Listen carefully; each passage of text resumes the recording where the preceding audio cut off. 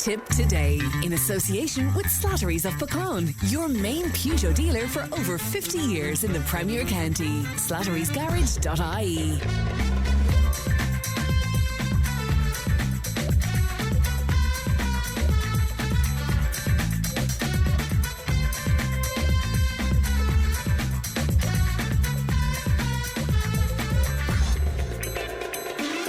Good morning, welcome along to Tipp Today, 1800 938 007. That's our free phone number. It won't cost you if you'd like to make a call to us. And Leanne is producing today. Thanks to Stephen for looking after you for the past week while I was toasting my toes. Coming up on the show this morning, global news with Thomas Conway in just a few moments' time. The Civil Society Coalition says sex for rent exploitation must be treated as a criminal offence. We'll have a reaction from Fianna Fáil and Sinn Féin to the by-election results. HSE Drug Education Officer John Leahy will be with us live in studio. Financial expert Francis O'Hanlon will be with us. We'll also have the latest updates from the Moorehaven Centre in Tipperary Town, and Tipp FM Investigates examines the health of Tipperary. So all of that and much, much more on the way. You can text and WhatsApp 083 311 3311. You can email tiptoday@tippfm.com. Let's have a look at the front pages of some of your newspapers today. The Irish Independent, and in fact right across the newspapers there's analysis of the by-elections, but the Independent telling us that there are mounting fears in Fianna Fáil that the party has been turned into one entity with Fine Gael in the minds of voters. And Sean Kine pulled off a rare by-election win for the government party.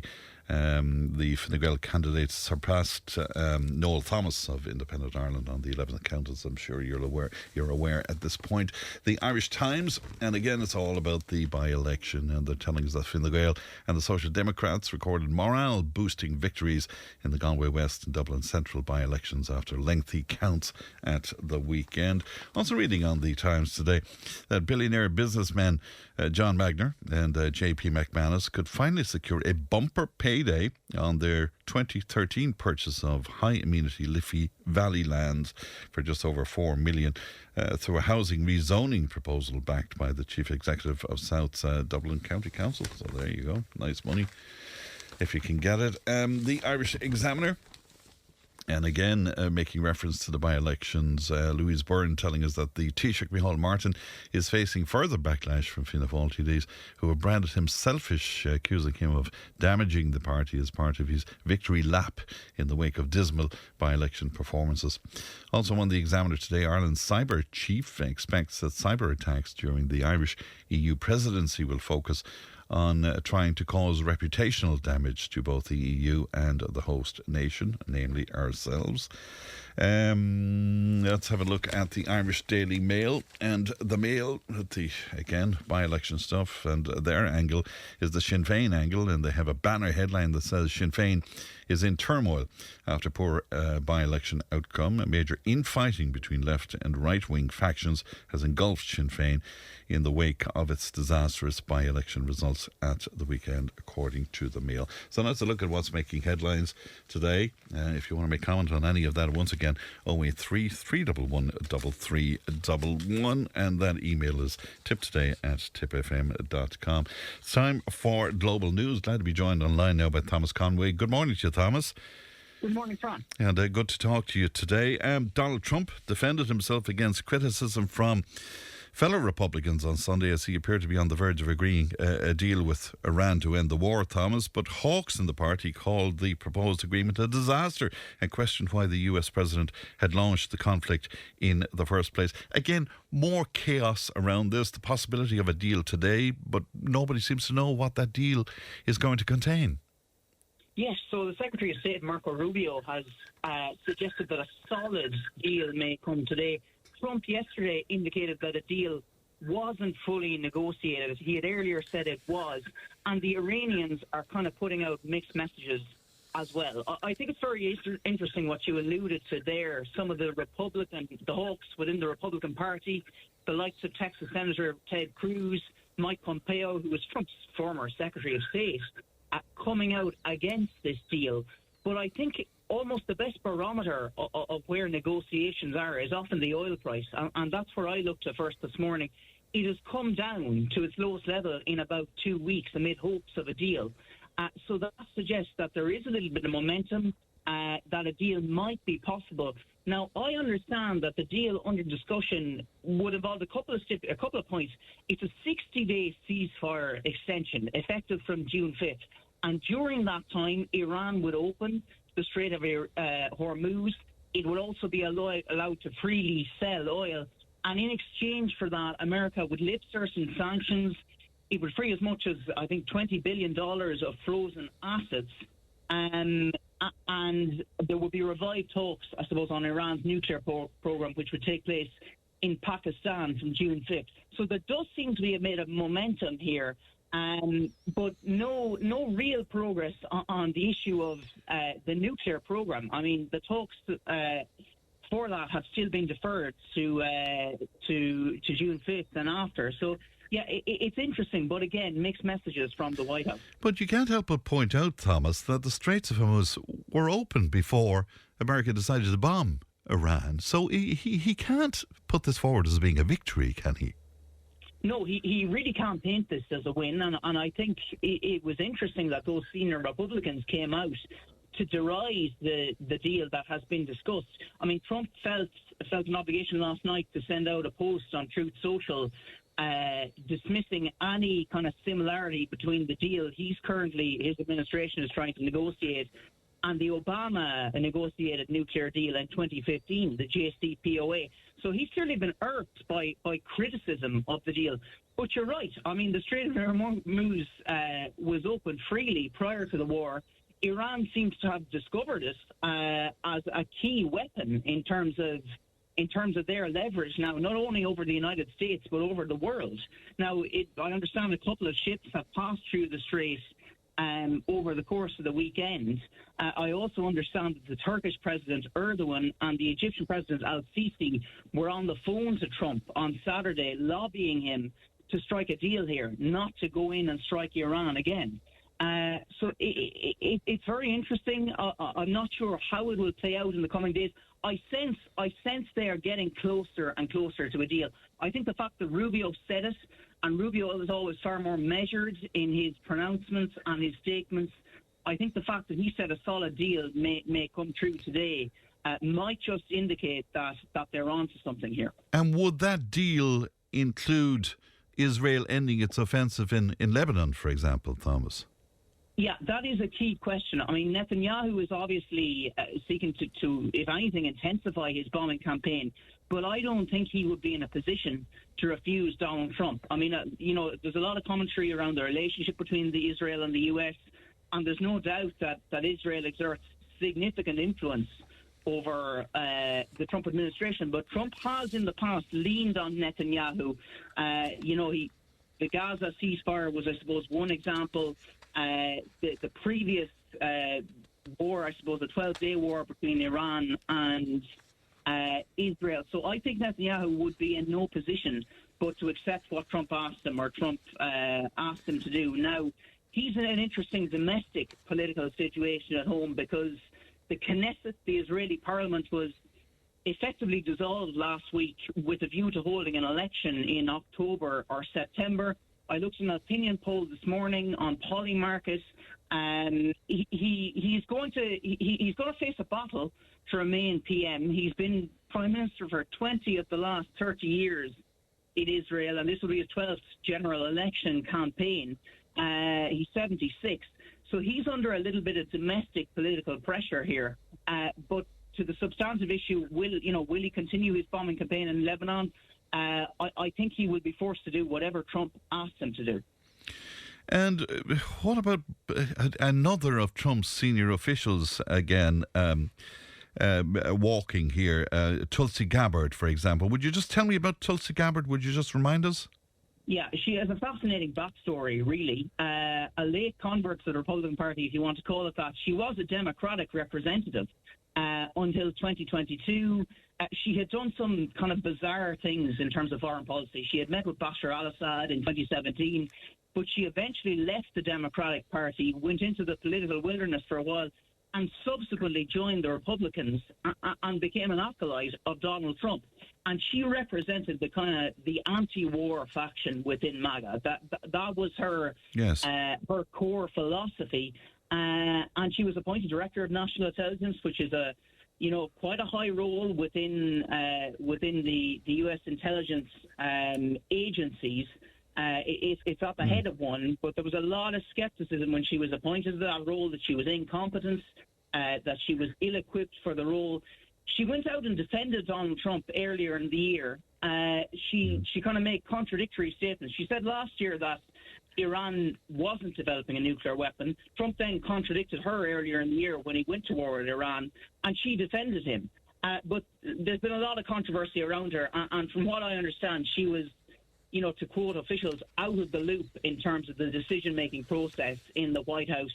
Now, it should be said that she, her stated reason for resigning is that her husband is suffering from cancer. But I think, looking at it more broadly, I think she was out of the decision-making loop, and she didn't fit with Trump's kind of changed philosophy as president. So the influence of anti-war figures within Trump's circle then is waning all of the time, I guess, is it? Yeah, I think it is. And we've seen, we've mentioned figures like Tucker Carlson before. Gabbard is another one, Marjorie Taylor Greene.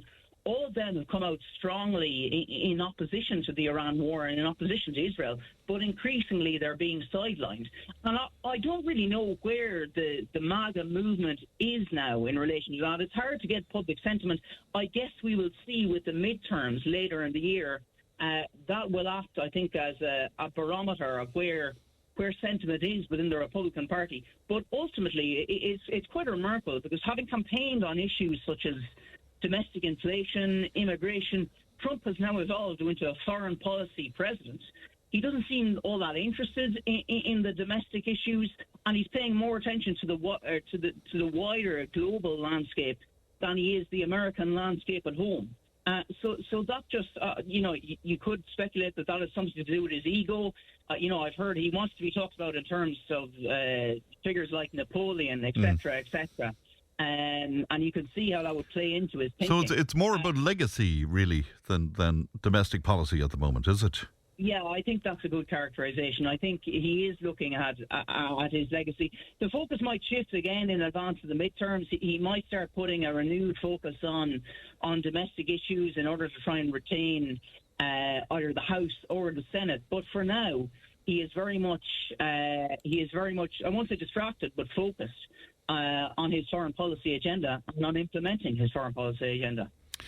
Can we talk about the Irish Aid Flotilla, the detainees even there? They flew home at the weekend, Thomas, but a huge amount of outcry about their treatment and the like. Yeah, and I should start by saying, there was a Tipperary native involved in this. Her name is Tara Sheehy, a Nina native. She's currently living in Spain, and that's about as much as I know her. But she was one of 14 Irish citizens, 12 of whom arrived back to Dublin Airport on Saturday. After, to summarise it, their aid flotilla was intercepted in international waters and taken to the Israeli port of Ashdod, where they were subsequently mistreated, and all kinds of accusations have been made and levelled at the Israeli forces. I think the most striking component of it all was the images, the video that circulated of the Israeli far-right Minister for National Security, Itamar Ben-Gvir, taunting the activists who were kind of in stressed positions on the floor of a room. And that obviously prompted widespread international outcry. You had Giorgia Meloni was first out, condemned it. Obviously, the Taoiseach condemned it, and various other Western ministers, Western heads of state. Even the Israeli or the US ambassador to Israel, Mike Huckabee, probably one of the staunchest defenders of Israel out there, he even denounced Ben-Gvir for his actions. So that will tell you how much damage. But is Mr. Gvir, is he playing for votes at this point in Israel? Yeah, this would very much, I make no bones about it. He's been widely called a racist, and I think it's quite clear he is. he is far right. He brokered a deal with Netanyahu in 2022 to get into government and was given the Ministry of National Security.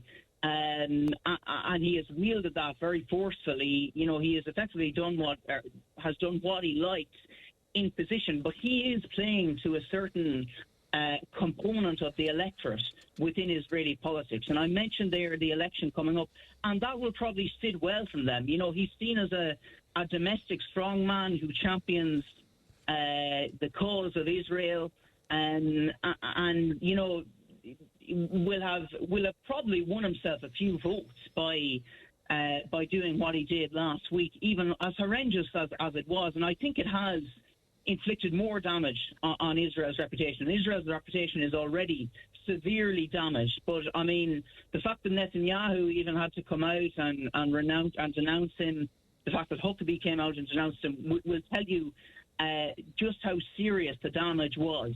But at the end of the day, he probably is playing to a certain element. I'm not saying all Israelis are like this, but, you know, there's a certain cohort of the base, I think it's about 7% of the electorate, who voted for him. And that will probably make them cheer. Can we move to Beijing then, and very much split-screen diplomacy there, because just a few short days after Donald Trump being there, Putin turns up. Yeah, and the war in Ukraine trundling on as we speak, them exchanging fire, Russia and Ukraine, over the course of the past week. But it was very interesting. Aside from the whole pomp and pageantry element of it, I mean, they were taken to the Great Hall of the People and various other sites within China. Both Trump and Putin were given almost identical treatment. But I think the tone and the body language was different because, believe it or not, Vladimir Putin and Xi Jinping had met over 40 times, which is an extraordinary. Their relationship is extraordinary, and it's a very close relationship at this time. I think the purpose of the Trump visit was to stabilise the relationship between the US and China, the two superpowers, and largely to de-escalate from everything to trade to semiconductors, critical minerals, etc. And then Putin's visit last week was kind of more of a celebration, a kind of an illustration of the personal bond between the two leaders. And it was very interesting in that regard. It is a close personal bond. I mean, China is effectively propping up Russia with military hardware and dual-use components in relation to the war in Ukraine. So there's a huge reliance on it. And the two leaders came out of the couple of days with 20 signed documents, a number of economic deals. No deal on probably the most significant economic aspect of the trip, which was a gas pipeline from China, or from basically in the Siberia region. There was no finalised agreement on that, so that was probably a little bit of a letdown on both sides. But still, there was no joint communique, no joint statement from the Trump visit the week before. So that was, I think, a representation of how different the relationship is between the two, or between the three countries. It's probably the only piece of dissent directly there, though, was where the defence spend in Europe was concerned. The Chinese leader, he distanced himself a little from Putin's take on that. Yeah, and I think there is probably, I think he probably has Taiwan in mind when he said that. I mean, yeah, he because China is obviously building up its military arsenal. It has its eyes on Taiwan, and that was in the headlines the week before. But I think Xi Jinping had that in mind when he made those comments. He distanced himself from the European military build-up. And while he is willing to support Vladimir Putin and on the war in Ukraine to an extent, I don't think he's entirely comfortable with it. China is never comfortable with instability at the end of the day. I mean, global instability, what's happening in the Strait of Hormuz and the Iran war is unsettling for it, largely because it has kind of an export-oriented trade model. And when the world economy is not doing well, China's exports aren't doing as well. And so it feeds through to the domestic economy. So it's an interesting dilemma the country finds itself in. But, I mean, make no mistake about it. I mean, China is now the chief superpower alongside the United States. Vladimir Putin will want to see his relationship with China as a partnership of equals. I don't think it is. I think China is far stronger. I mean, or becoming far stronger, at least certainly in economic terms. And while Russia is still a formidable military, China is quickly advancing in that regard. And speaking of China, there was that explosion in the coal mine there as well, and lots of people killed, unfortunately, in that. Shocking explosion. Yeah, in up to 80, above 80 people, in fact, killed in an explosion in a coal mine in northern China, in Shanxi province. Now, it's worth noting that China has traditionally relied on coal as a source of power, and as we discussed before, it has diversified away from that. It has shut thousands of coal mines in recent years, and safety has been improved. But I suppose this just underlines that there are still huge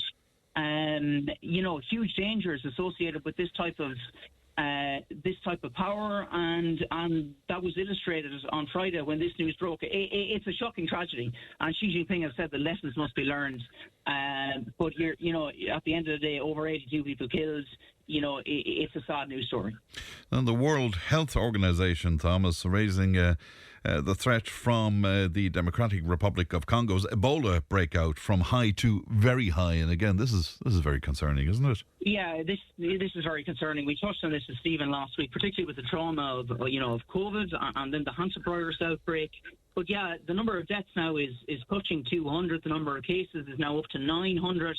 And while scientists are working on a vaccine for the disease, it's not expected to be ready for several more months. So it is hugely concerning. There's no doubt about it. Congo is ravaged by instability itself. There's an insurgency from Rwanda in the east of the country, so it's dealing with its own political situation, and obviously that affects the healthcare response. When the country is in the grips of instability and fighting. The healthcare response is not going to be as effective. So it is quite concerning. I don't think it's a danger to the world at large, but still, it is very worrying. Thomas, good to talk to you as always, and thanks for your time this morning. Thank you. Good morning to you. And that's Thomas Conway there from the Nina Guardian with our global news slot. 1800 938 007. Tipp FM's Tip Today. With Slattery's Garage, Puck On. Main Peugeot dealers in the Premier County. And now stocking the full range of the luxury French car brand DS Automobiles. Book your test drive today with Slattery's Garage, Puck On. See slatterysgarage.ie. Tipp FM's Tip Today. With Slattery's Garage, Puck On. It's time to change. Test drive the award-winning range of Peugeot hybrids and fully electric vehicles at Slattery's Garage today. See slatterysgarage.ie. Fine Gael and the Social Democrats were celebrating after strong by-election wins over the weekend. Sean Kine took Galway West for Fine Gael, while Daniel Ennis secured Dublin Central for the Soc Dems after leading from the first count. Now, it was a difficult weekend for Fianna Fáil, particularly in Dublin, where the party recorded its worst ever by-election result, while Galway candidate Cillian Keane never seriously challenged the front runners. Colette Roach from the South Tipperary Fianna Fáil's Women's Network and Fianna Fáil constituency organiser joins me now. Good morning to you, Colette. Hi, good morning, Fran. How are you? Thanks for coming on with us this morning. Very disappointing weekend in both by-elections for Fianna Fáil.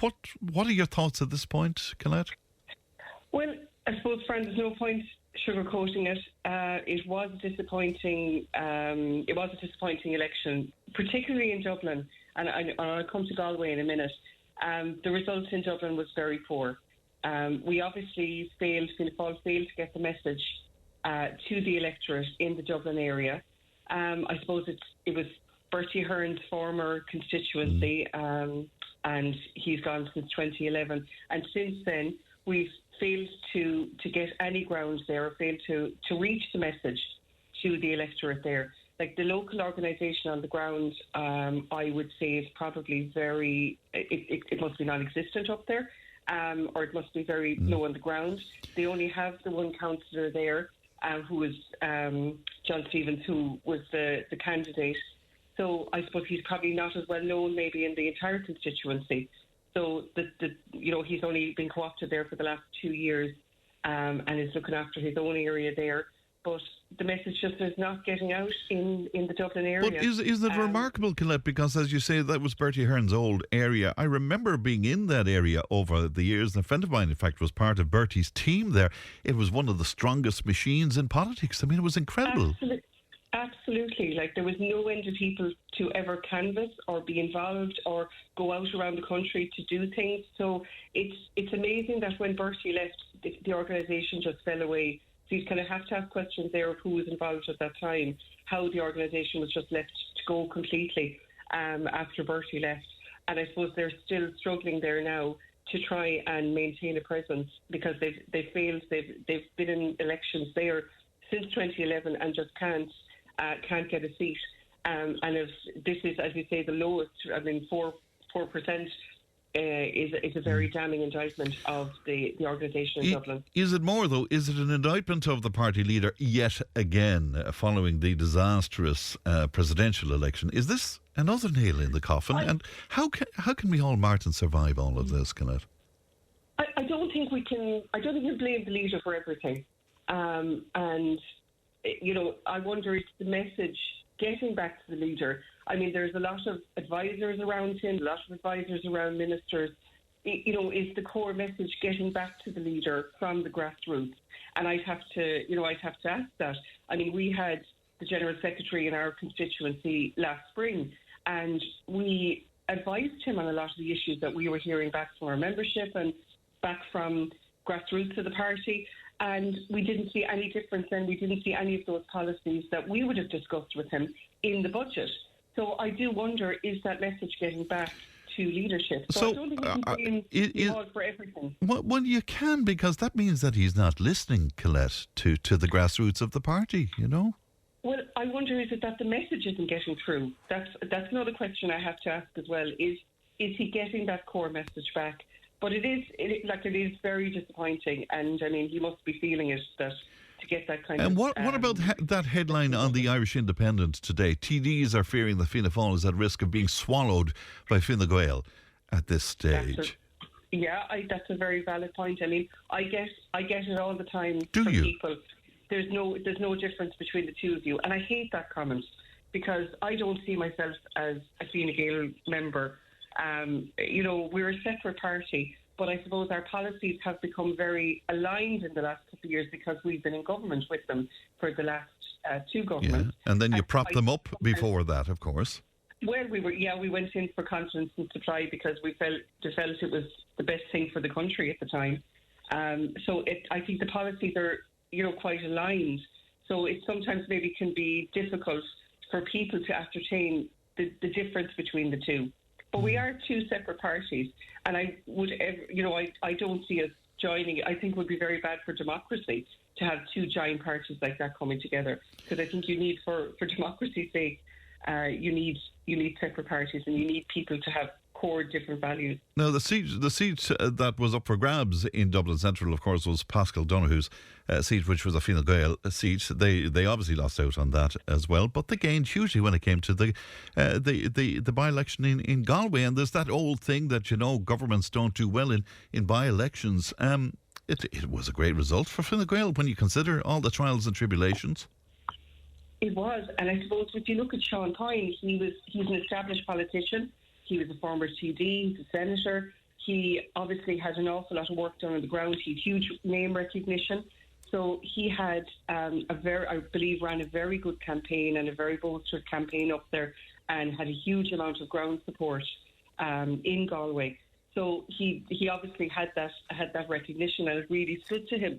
But I mean, Killian Keane, in fairness to him, he got over 8% of the vote, and while you might say that's a poor show, Killian is a first-time councillor. He was only elected 2 years ago, and not even quite 2 years ago. It's his first general election campaign, and he ran a very good campaign, and he had a very good team on the ground up there. He would have been very well known in Ogra, and he had a great Ogra support. But by comparison to Independent Ireland, Colette, and indeed to the Labour Party as well, there, I mean, you know, he wasn't in the running, really, was he? He wasn't, but I suppose we hadn't had it wasn't, I suppose, our seat. It was a left-leaning seat that we were running against.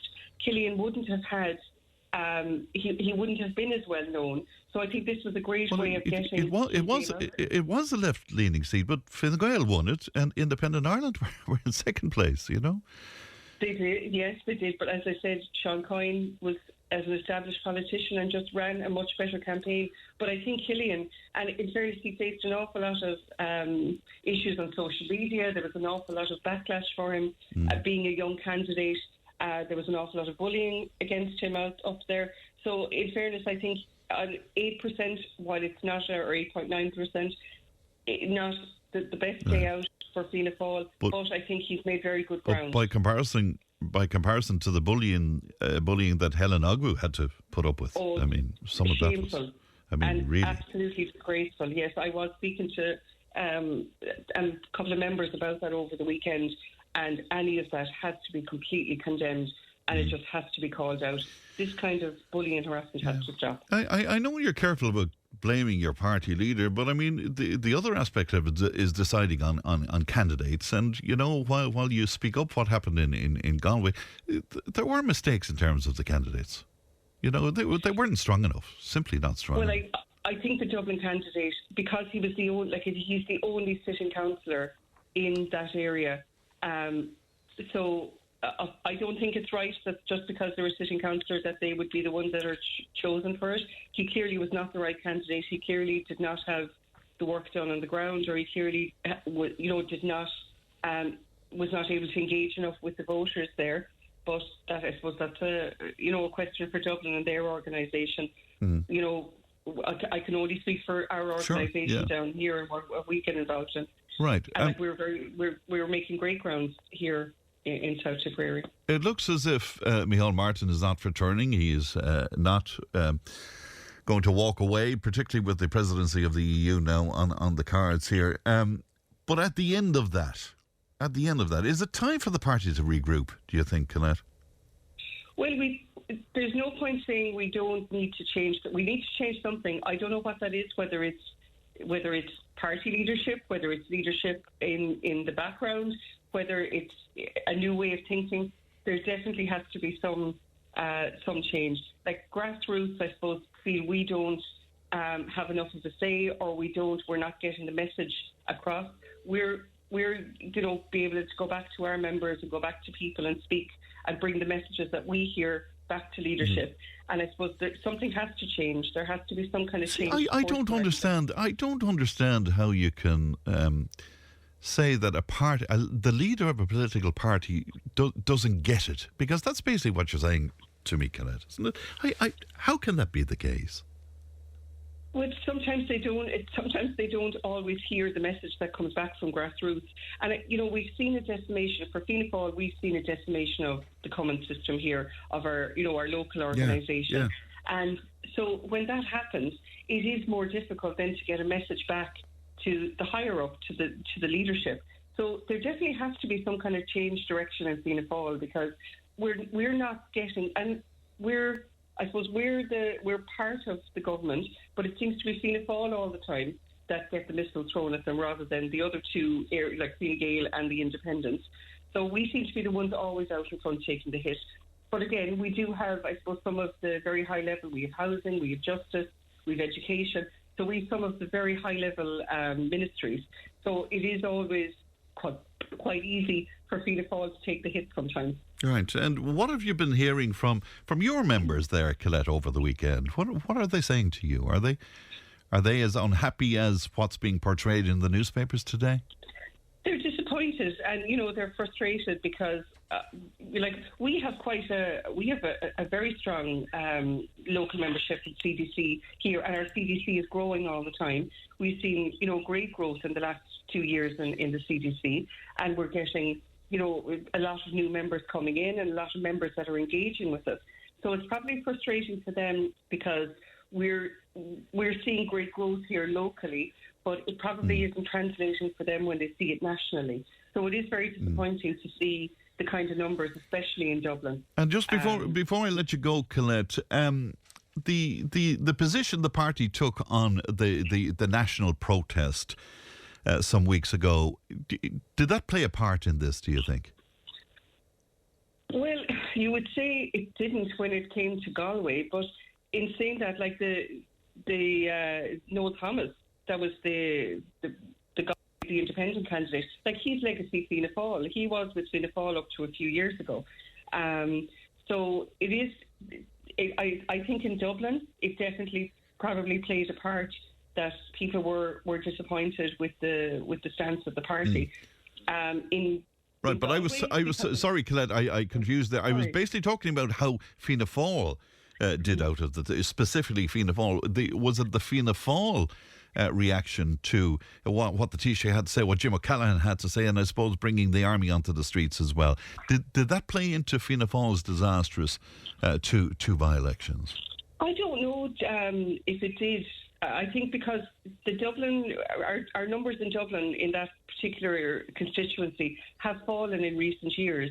So from what I gather from people I spoke to that were canvassing up there, they said they didn't really hear that on the door in Dublin. It came up in Galway, but not in Dublin, because in Galway, Noel Thomas I think he was part of he was part of one of the organisers in the protest. So it was more relevant in the Galway area than it was in Dublin. All right. Colette, we appreciate your time this morning. Thanks for coming on with me. Thank you. Good morning to you. Thank you, friend. Bye-bye. Bye-bye. That's Colette Roach there from South Tipperary, Fianna Fáil's Women's Network, but Fianna Fáil constituency organiser as well. We'll be talking to Sinn Féin in just a moment.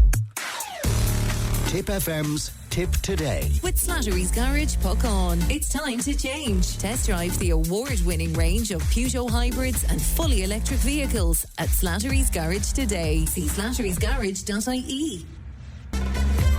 If it matters to you, it matters to us. Call Tipp today on 1-800-938-007. I'm glad to be joined by Carrick-on-Shore-based Sinn Féin councillor Davy Dunn. Good morning to Davy. Morning, Frank. Morning to listeners on this glorious morning. It's a beautiful day out there, isn't it? It's great to see it as well. Stunning. Just looking at the Irish Daily Mail today and their lead story on the front page, Davy, they're saying major infighting between left and right-wing factions has engulfed Sinn Féin in the wake of its disastrous by-election results at the weekend. That's being revealed by the Mail today.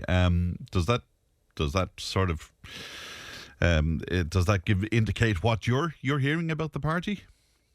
No, but first of all, can I just say congratulations to two successful candidates, even though I'm very disappointed that Fine Gael won a seat in Galway. But overall, I just want to congratulate the two of them and commiserate with the people that stood. There were 17 candidates in one ballot paper, I think 15 on another.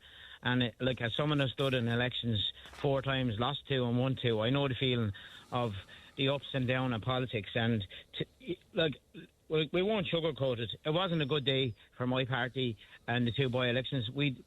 In Galway, we didn't have much hope for Mark Plone, a lovely fella, good community activist, good socialist, good trade union man. And I even went up to help him out in the campaign, and I thought we were going well on the doors. But obviously, the people in Galway decided that of the left candidates that they were going to back the Labour candidate, Ogbu, and she had a good day out, and it was a good day for her personally after all the abuse that she got, because she's a lady from Nigeria, and obviously she's a coloured lady, and she got some scandalous abuse. So I think there was an element of people feeling, that wasn't right, so they were going to back her and give her a strong turnout. But in Dublin, there were 2 different elections. Like in Dublin, it's a city, and it was a sitting TD, so it'll be disappointing for the government, and it'll be good for the opposition. And we were thereabouts on the first count. We'd be a little disappointed that we weren't leading at the first count, and obviously the transfers didn't go away. But I thought Janice and Mark put in 2 very, very good campaigns. To get back to what the question you asked me, I don't think there is that battle within Sinn Féin. I haven't seen it, but there's always people with different opinions in parties, and that's the way it should be. And I'd be very disappointed if people after the election didn't sit down and analyse it and see where we're going wrong and what we're doing right, because we're doing a lot right, but obviously some of our messaging is not getting through to the people. What is that message, David? Because Holly Cairns said that Sinn Féin was at a crossroads on a range of policy issues, and that it needed to figure out where it was going as a party. Well, Fran, I'm a political junkie. I live and breathe politics, and there's nothing better than analysing elections in the cold face of the figures and the facts coming out, because you're not based on opinion polls. You're based on the actual facts. And you look at the facts. Our vote was down. We didn't win the seat. Our vote was down in Galway, but Mark was an unknown candidate, and he wasn't a sitting councillor, so he hadn't got name recognition. Sean Coyne is 25 years in politics. I think he was a minister, he was a TD, he's a senator. You know, his profile was very, very high. The Independent Ireland candidate was 25 years in Fianna Fáil. He was a sitting Fianna Fáil councillor that, because of an issue, he jumped ship. And it didn't work out for him in the end because he didn't get the transfers.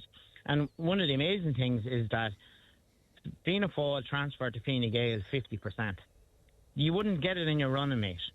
If me and you were running for the same party and you were in the north of an area and I was in the south, to get 50% of my seconds to go to you, and because they wouldn't really know you, say down south, like, because you're up north, that's an amazing feat. And that tells me that it's now time for Fianna Fáil and Fine Gael to unite as one party, because people see through them. They see them as the one party now, so they should join together. Colette was on to us just before the break there, Colette from Fianna Fáil, and she said no. She said we are two very, very different parties, and she wanted to make that very clear this morning. That's Colette Roach, yeah. You know, well, fair play to Colette. Like, she'll come on. That's her opinion. In my opinion, it's they're the same party now. We were the ones that I think Sinn Féin forced the two of them to come together to keep us out of power. So that was a big success. Is in now that they are the one. I firmly believe that, and that's not hyperbole. Right, but to look to the future in some sort of a grouping of the left, I mean, when you have the likes of Holly Cairns coming out and saying that Sinn Féin doesn't know what it's at, basically, in terms of ideology. Well, see, I think that's a mistake that Holly's making, right? And I have great time for Holly. I think she's a good leader. I have good time for Social Democrats. I have good time for people in the Labour Party, especially the original Labour Party. I think Labour lost their way, and I think the Social Democrats have found that way. So there was always a third leg of the stool in Ireland in politics. And I think where the problem is that even though Sinn Féin are the lead opposition party and we're challenging the government all the time, the problem is that some of the soft left are still not willing to trust us with giving us enough seats to get us in power, because they fear change too much. A lot of them are happy enough to shout and contradict the government on certain items, but they're still not ready to abandon this. But Davy, is that not up to Sinn Féin? Is that not up to Sinn Féin to convince them? And obviously Mary Lou is failing in that. No, yes, it is. 100%, Fran. It's up to us, and it's up to Mary Lou, and she'll take responsibility for this as anybody else. But Mary Lou was democratically elected by the party members only 3 weeks ago. You know, it's democracy, and that was the people spoke, and the results are the results. And we get on with it. Like, that's the best thing about Ireland, is that we have a thriving democracy, and we don't have a dictatorship. I mean, you have to remember, the party members rejected what Mary Lou wanted. And Mary Lou was back in Gillian Sherritt, and I personally thought that Gillian would have won the seat. But Janice was elected by the members in a convention, and she ran a very, very good campaign. I thought we really upped our game and really on. Right, but because of infighting there, did she get the complete support of the party? No, I mean, this is democracy. You're entitled to go against the party leadership. For many a day, and I know I said this before on your show, many a day we were told we were a dictatorship, that people from Belfast decide who goes and who doesn't go. And there's a guy after ringing me this morning and telling me, now, you better say this morning, Davey, or else you'll be out. I mean, that doesn't happen. I said this to you. I don't know people listening to it, but nobody has ever told me what to say or what not to say when it comes to Sinn Féin. Like, I didn't hide. Today's not a good day. I've been on this show, and I'd be fair to be on it when it's a good day. A bit like Liam Cahill yesterday, you know, and the overall campaign for Tipperary was very poor. And we feel sorry for Liam, and we feel sorry for all the players. But Liam fronted up. He'll take his responsibility. Mary Lou will front up and take her responsibility and take her medicine, and that's what we have to do. And as a party, we're in Tipperary. We're out every 2 weeks knocking on doors, and then we will continue to do that, and we will continue to lead from the front in Tipperary. And is there a left-right factions within the party that might be at odds with one another, and certainly at odds with the party leadership at times. Is that very real, Davy? I think there is a difference. I'm not going to say there's not, right? Because I can give you a simple example of fox hunting. There was a big division within Tipperary on fox hunting. Yeah. Right? And I would still stand over my opinion that it shouldn't have been banned. We shouldn't have supported a ban. And we should have left it run its course, because it'll eventually, like a lot of things, will die out, right? And I think that was an issue that we shouldn't have been bothered about and putting in as much effort into that. Where we should be doing is the cost of living, housing, and getting our points and how we can fix things. And the biggest one I have is the waste of public money. And that's what we should be concentrating on, and telling people how things can work and come up with solutions and put them forward. And if I would say one thing is that, and I'd probably be as guilty as anybody else, we need to be a little bit less shouty and stop getting into rows with the government, because it's suiting the government more so than it's suiting ourselves. Well, it seems on a daily basis between Mary Lou and Micheál Martin. I think if I was the government, and I don't like giving out advice to anybody, but if I was the government, I'd say that's a great tactic. We shout them, they shout at us, we shout back at them, and then no one hears what they've been saying. So we need to concentrate on getting our policies across, putting our positions out there, going out, convincing people that if you want change, and I mean real change, where you'll have a 32 county party, building a new Ireland where the whole 32 counties will be united, and we will represent all the working people and make it the best little country in the world to live.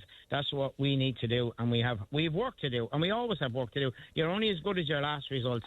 As Liam Call will tell you, you're only as good as your last win. And I know more so than anybody, as a sitting councillor, I've worked for people, and the day I can't deliver for somebody is I'll get a kick in the arse. So there's only a pat in the back away from a kick in the arse. There's only a few inches. Indeed, but as a political junkie, isn't it very interesting though that the Fine Gael seat went to a left-wing party, and then in Galway you had a left-wing seat go to Fine Gael? That's to me. That, as I said to you at the start, I think the opposition need to look at themselves. They bucked the trend, Fine Gael, on government parties winning by-elections, and I think it's a bad day for the whole opposition in Galway, and it's a good day for the opposition. But the arithmetic stays the same. It was a chance, especially with the fuel protests and the anger on the cost of living. It's very surprising, but you have to take your hats off to them. They ran a great campaign. I was talking to Garrett Ahern, and he was very confident of winning that season. And I congratulate Garrett. He was living in Galway for a week or more. Every time I looked on social media, he was up there. So that's politics, and people have the right to vote whatever way they want, and we respect that decision. And when they're elected as TDs, they're elected to work for everybody, and whether they didn't vote for you or they vote for you. So they all need to get on with their job up there now and bring down the cost of living, make work pay for people, and that's what they need to be concentrating on. And of course, housing is just a basket case. Irish water, my phone is hopping all weekend. Yeah. There's no water down there in parts of just outside Carrick-on-Shore there. People are demented. Davy, we appreciate you coming on with us this morning. Thanks for that, Davy. Thank you. Good morning to you. Good morning, Frank. Carrick-on-Shore-based Sinn Féin councillor Davy Dunn speaking to us there. How do you feel about that? 1800 938 007.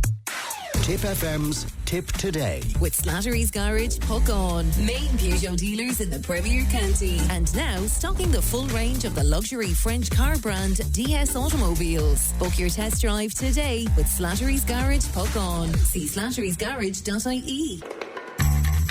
Tipp FM's Tipp Today. With Slattery's Garage, Puck On. Over half a century driving the people of Tipperary and surrounding areas with quality, reliable and economical vehicles, new and used. Call the sales team today to discuss your next car or van on 067 24 111. Thanks, Paul, and welcome back to the second hour of Tipp Today. Now, some reaction to Colette and to Davy. One of our listeners saying, I think Sinn Féin will want to mind the votes that they have. They're going to lose the left vote to Labour and Soc Dems. They're running out of steam. Shouting down others in the dial is now getting very boring. Well, in fairness to Davy Dunn there, he said one of the things that they might have to look at is this sort of, argy-bargy that goes on in the dial all of the time. Micheál Martin doesn't listen to the Irish people, just like Keir Starmer in the UK, cut from the same cloth, and then you get all of the TDs trying to stay relevant. We have lost our identity in Ireland, and it is so sad. And this listener goes on to say they hear the message, all right, but choose to ignore it. Is this lady for real making excuses? And that's making reference to my chat there with Colette Roach from Fianna Fáil. All right, then let us move on, because it's time for our financial slot, and delighted to be joined by Francis. But first of all, we'll play the jingle. Financial advice with FOH Financial Limited. Tried, trusted and experienced advice. See FOH.ie. FOH Financial Limited is regulated by the Central Bank of Ireland. You see, Francis, men should never try and multitask. No, I was going to say, Frank. I was talking and trying to work the computer. I know, at the not same for me time. to say. Francis, you're very welcome. It's always good to see you, and thank you. You're going to start with some questions that we received last time round. I'm 38. I'm working as a teacher. How should I approach paying off my mortgage while saving for my child's college fund? My son is 16, and I am a single parent. My God, there's so much going on within that for question. sure, yeah. You know, and fair play, forward thinking and looking towards the future for everyone. So I would say, okay, as a start here, what I'm hearing is your son is 16, so probably due to start college in 3 years max, I would suggest. So I think that's the most imminent issue. So I'm always looking at, when I'm trying to do a financial plan for something, what's going to hit you first? What's going to hit this person first is the son going to college. So of course, what I don't know here is how much is outstanding on the mortgage, how much have they saved, how much are they repaying or saving or both. And let me explain that, because it may well be that they have enough at the moment to pay off their mortgage. Might be a stretch, but sometimes people have. Or it might be that we're saying, okay, we're forever talking about return on your money and getting money on your money. So an obvious thing that we've discussed before is taking some of your money, reducing your mortgage. Okay, that's a return on your money immediately. Yes. Because it's the guaranteed interest that you won't be paying on the mortgage anymore. So that's like a guaranteed return for all the world on your money. So say if I looked at somebody and they had a mortgage mortgage of maybe 20,000 outstanding or 30,000, and they had savings of 20,000, I might say, okay, what if we took some of that money, reduced the mortgage and got rid of it in 3 years?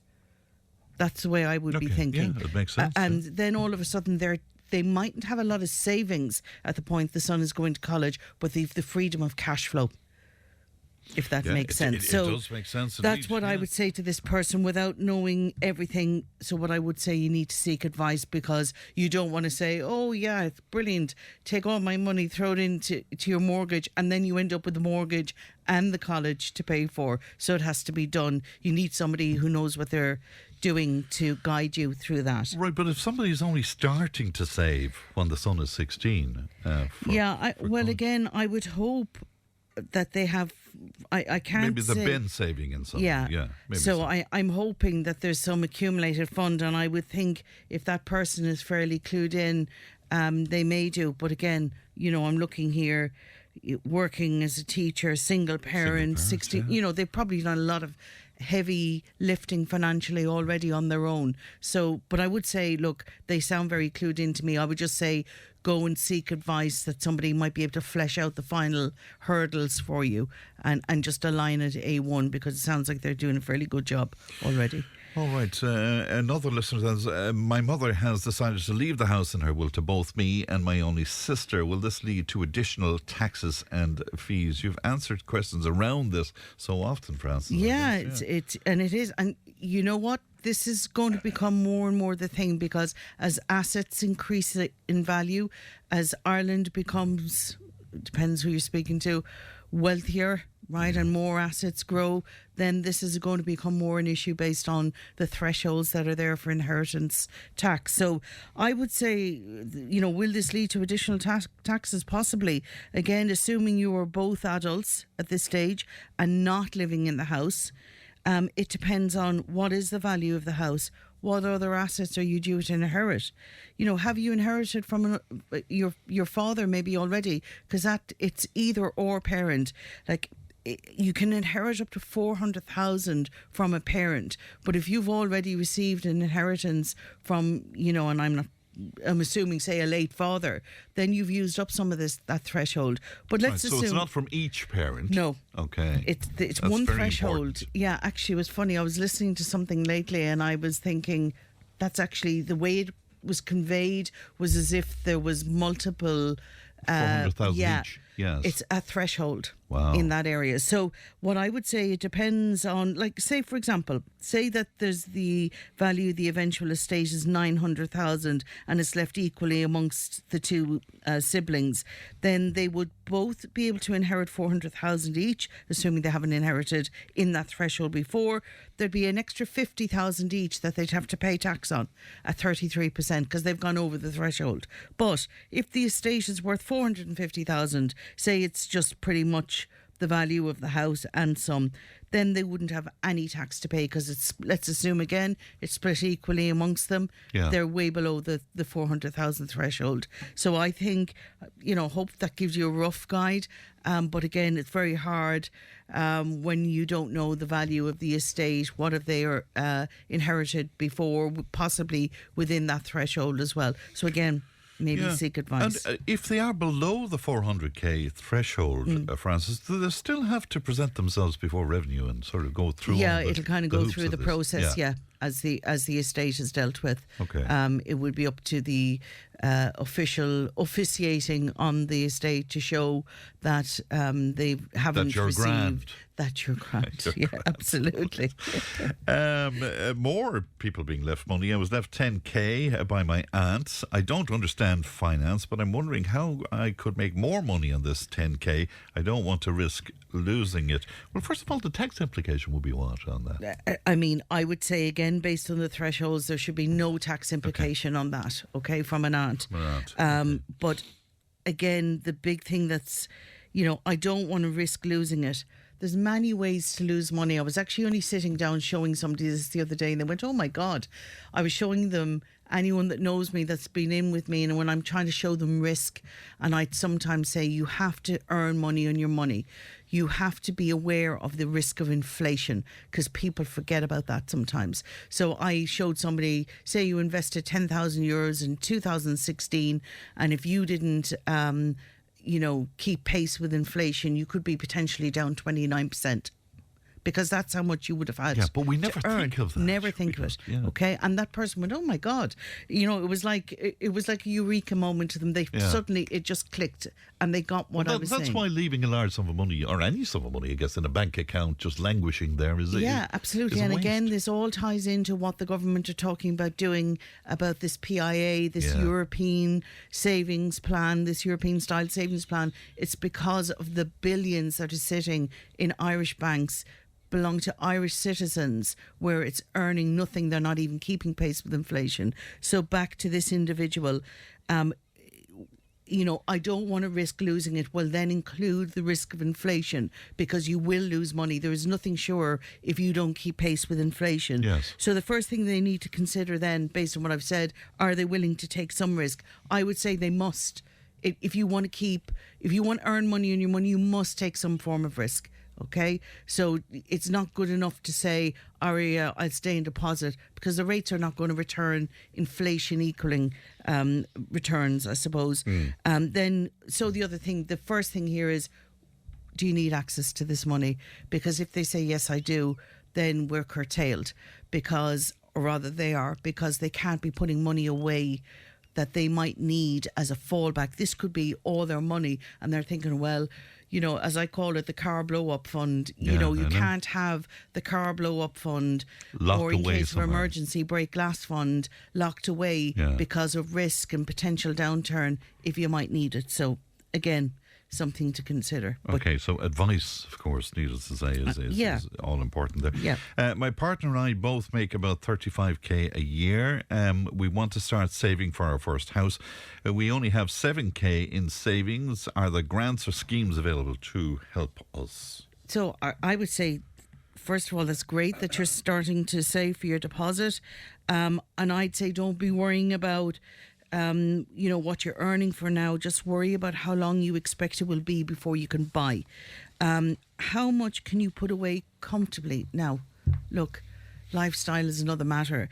But I would say, how much can you put away comfortably, and how long do you think you will need to save to get the deposit together? So it's very important that people have a sense of the market and prices, because sometimes they're saying, well, we're saving, and like, well, we know we want to go to such a place, and we've weddings and we've this and we've that, and then they're saving like €200 each a month because of the lifestyle expenses. So it's going to take them a long time to potentially save. So they need to be real about the market and how long it's going to take them.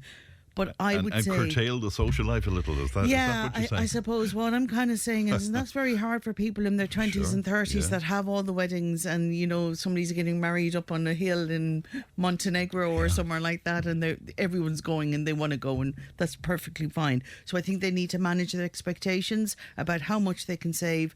What are they looking at? So, for example, are there grants available? Yes. But are you looking at a new house? Are you looking at a new build? Are you looking at buying a second-hand house?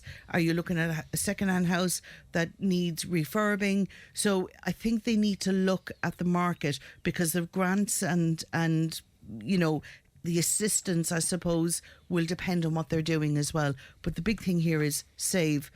I think this is a mini marathon, I'm going to say. It's not a sprint. Okay. So you need to be comfortable in what you're saving, because if it's too vigorous, you won't keep it going. You'll go, oh...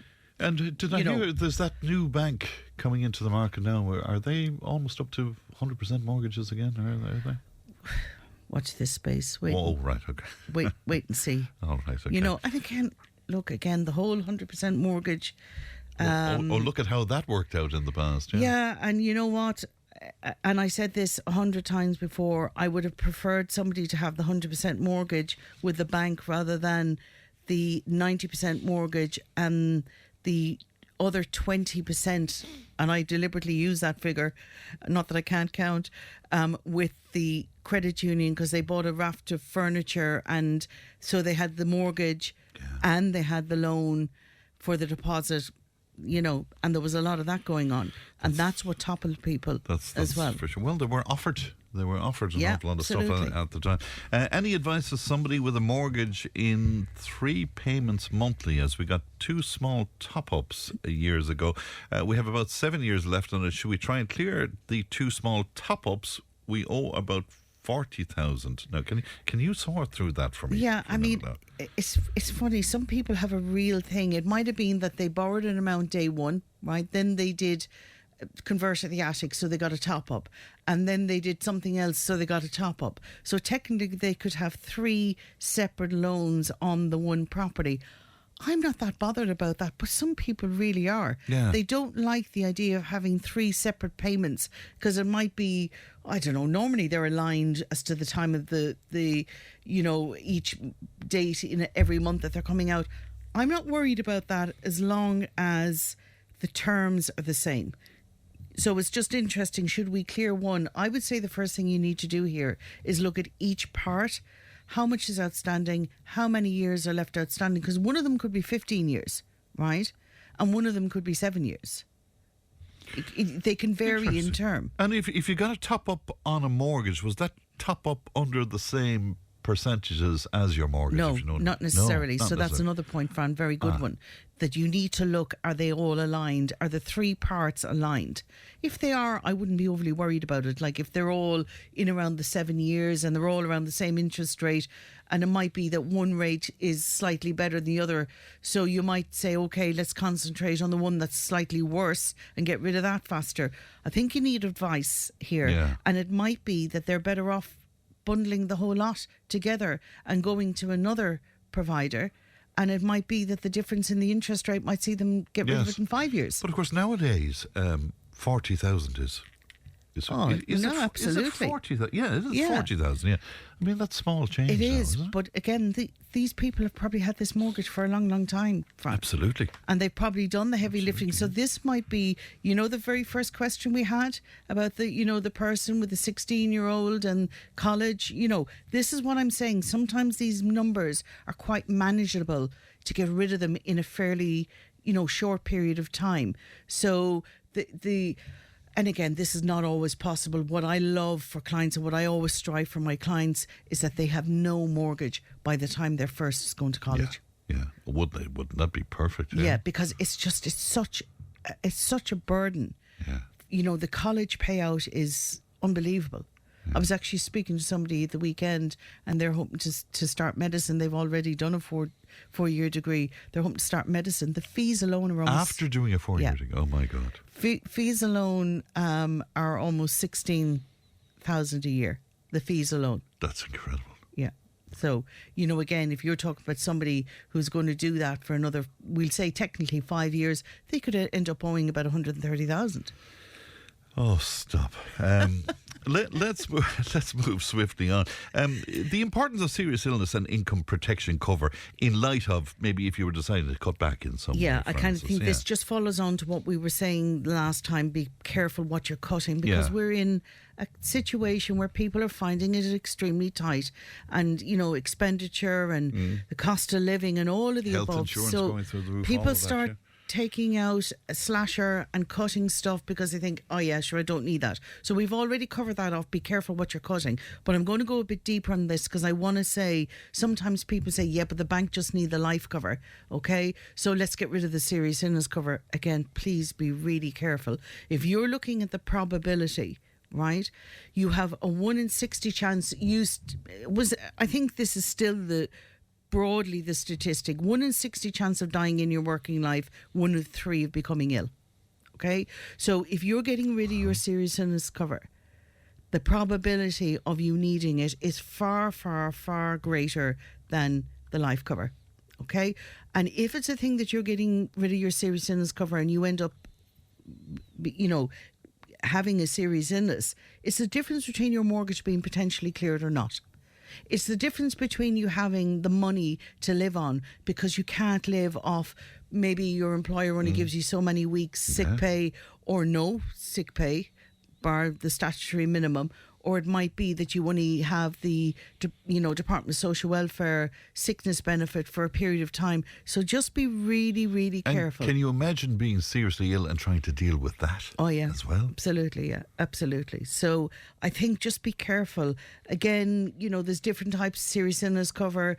Traditionally, accelerated serious illness cover would be on a mortgage where it's life and or serious illness cover. Independent serious illness cover might be that somebody takes out a separate amount of serious illness cover, that it doesn't actually reduce the amount, isn't reduced by the amount of a claim. So I just think be careful, please. And income protection, again, I'm forever banging this drum. It is so important to have income protection. It's your most important asset. We were talking there about assets and appreciating values and blah, blah, blah. Your income is your most important asset. So if it is a thing that you have the luxury of having that benefit through your employer, and lots of the multinationals and or even smaller companies provide this because they say, look, we want to look after our staff. This is not just lip service. We want to provide for them, and it's very tax efficient for them to do so, and it's about them looking after their staff, okay? But some people don't. So people have to take out their own income protection because, again, recognising that their income is their most important asset and they get tax break of their own rate. And where a mortgage is concerned, you're obliged, are you not? No. Are you not? No. So to have serious income protection? No. Are you not? No. In France, possibly. Fran, yeah, not in Ireland. So again, which is strange. So go back to the chances 1 in 60 on life. So the banks insist that there's life cover, okay, on a mortgage, bar that you're over 55, and or you can't get cover for certain reasons due to maybe medical history. But then that in itself might lead you to not being able to get your mortgage, because if it's a thing you can't get life cover, the lender might say, well, if anything happened to you and you're the main earner, we could have a problem. Did that not change again recently, though? No, there's changes afoot in relation to the right for information to be forgotten if it's a thing that you had, illness or cancer or whatever. X amount of years ago, but not to be mixed up with maybe something that's current, shall we say, or maybe that somebody has an ongoing illness, Fran, that they need to be... You wanted to warn people as well about security, didn't you, Francis? Yeah, well, I was just saying security online. I think this is... I don't know whether people saw that lately. There was an awareness drive to increase understanding of financial abuse. Now, we've mentioned this before, but this was by Safeguarding Ireland, saying that people need to be able to stay in control of their money regardless. Like the Consumer Protection Code changed at the end of March, which we mentioned. But again, people might, rather than clients being considered vulnerable now, they're, consumers in a vulnerable circumstance, because it's recognised that they might be vulnerable in a certain period of their life, but they may not be vulnerable thereafter. But I would just like people to be kind of aware of giving their details there. It is unbelievable. It is relentless at the moment between texts, even though, there's been certain changes, emails, phone calls. I've heard of somebody who had somebody arrive into their yard to do a survey lately in South Tipperary, asking them to go through this survey and offering them I think the sum of €10 if they gave their IBAN and BIC, then they could send it on to them. Like, who's going to ask you to do that? Right? So again, I just think even legitimate ones then get all mixed up in it, because like there's situations now where the banks are changing the name. Like if it's a thing that you're sending a payment, and if the name of the account, the person that you're sending the money to doesn't exactly match what you're saying, the bank are saying, whoa, you've said that you're sending money to F. Curry. That's not the name we have in the account, because they're trying to mind you. It should be under Francis Curry for all the world. So they're pulling people up to say, have a look at this. Is this right? Are you happy to send this to an F. Curry, even though it's not the full detail that we have? That might sound ridiculous to you, but that's what the banks are trying to do. But it's about making people aware. It's about saying, hold on a minute, nobody's going to ring and ask you for your details. Nobody's going to swing into your yard and say, listen, do this and give us your IBAN and BIC. Please be aware that this is such sought after and important information. Don't give it out. But the scammers have gone so sophisticated. Oh, it's unbelievable. I mean, and really honestly, I've seen a couple of them lately. It's unbelievable. Yeah. We're out of time, but next time around, would you talk to us in detail about life cover? Because I think we need to sort of wade our way through that. Absolutely, no problem. Because there's a lot for people to understand where that's concerned. If people want to talk to you or your team, Francis? Yeah, they can contact the office 052 612 9487. They can contact us through the website www.foh.ie or email me foh@foh.ie. All right. Thanks for that, Francis. I see questions coming in. We'll put them together for you. Lovely. Might address Thanks, them next time around. Thanks, Francis. We'll take a break. Back in just a moment. Tipp FM's Tipp Today. With Slattery's Garage, puck on. It's time to change. Test drive the award-winning range of Peugeot hybrids and fully electric vehicles at Slattery's Garage today. See slatterysgarage.ie.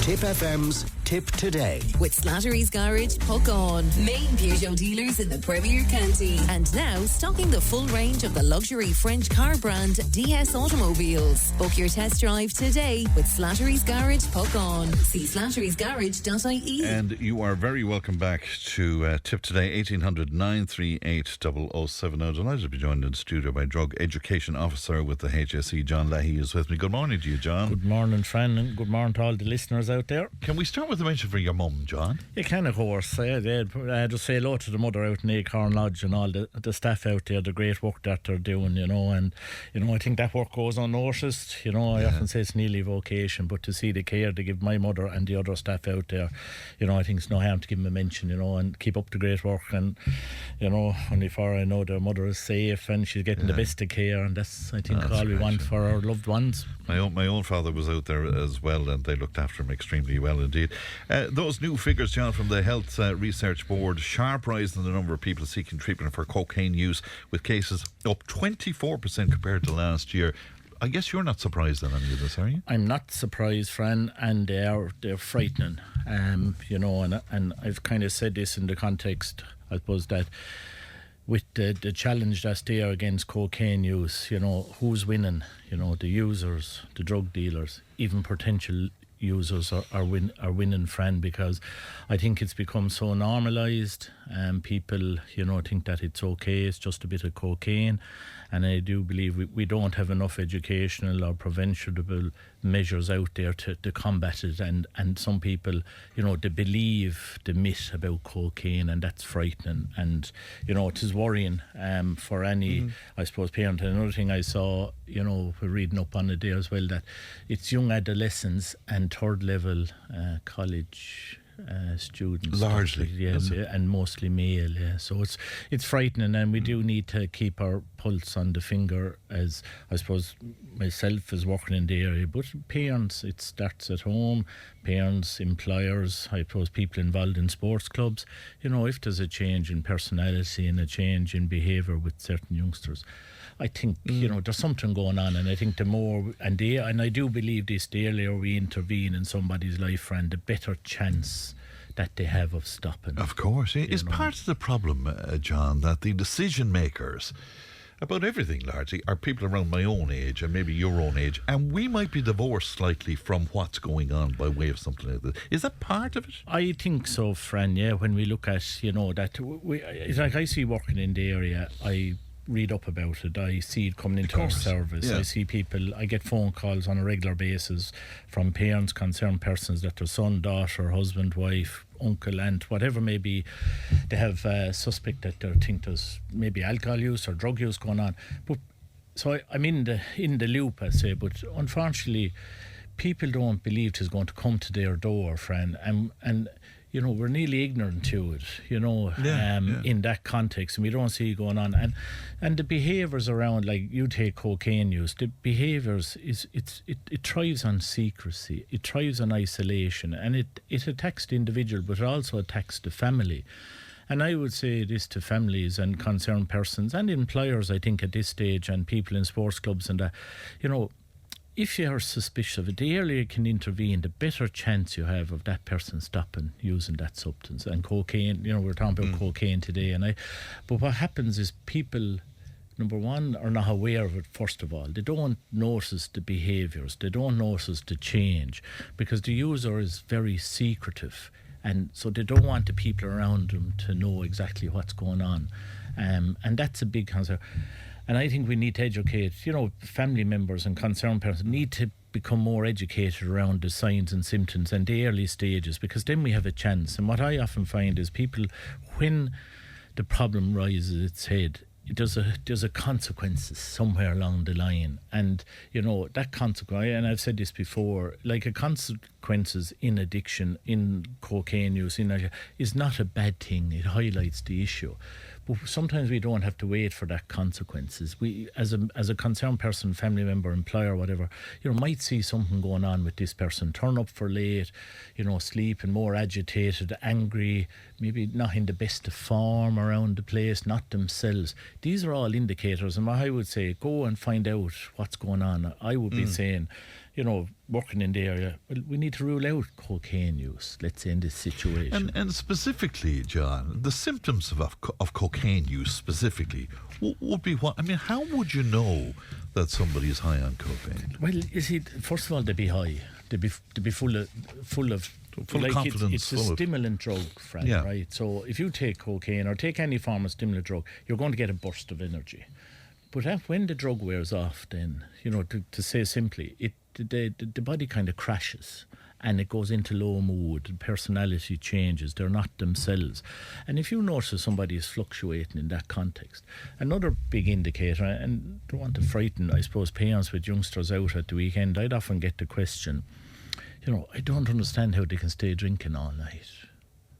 I can. Because the cocaine use or the stimulant drug use is keeping them awake and keeping them alert. And they can stay going online. And this is what's happening out there. And the problem with that then, when the cocaine wears off, friend, the body dips then in form. It's tired. Cocaine is an appetite suppressant. So you don't eat on it. You don't drink. You're not getting the right nutrients in your body. It keeps you alive and alert. And then when the drug wears off, it crashes. And I know lads that have gone down the road of taking cocaine, from a personal point of view and also from working in the area, and they would often call Tuesday a suicidal Tuesday. Why? Because the drug is weared off after the anxious week. And depressed. And suicide. And I would say this, that suicide ideation, if you're taking cocaine, we need to talk more about it. Is nearly the norm. It's a normal reaction to taking cocaine because your body's depressed, it's crashing, it's no nutrients, and we don't talk enough about that, friend, in the context of the cocaine, because I know with family and concerned persons, we're afraid to mention suicide because it might prompt them to act on it. But the thing, it's already there because of their drug use, and we need to be aware of that, and we need to not shy away from talking about that issue because this is a result of it. And like anything, friend, the individual who's taking the cocaine use might be thinking themselves that I shouldn't be thinking like this. This is not normal thinking. But I would say to people, it's normal thinking if you're taking cocaine.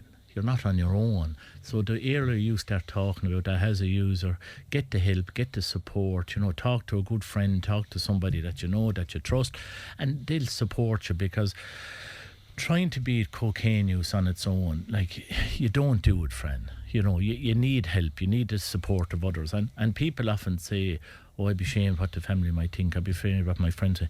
They probably already know there's something not right with you. So go and seek that support and talk about it. Yeah, increase of 50%, as I say, in 1 year, from 170 cases in 2024 to 256 in 2025, and risen almost sixfold since 2020. So this is on the increase. And it's on the increase, friend, basically nearly from 2013.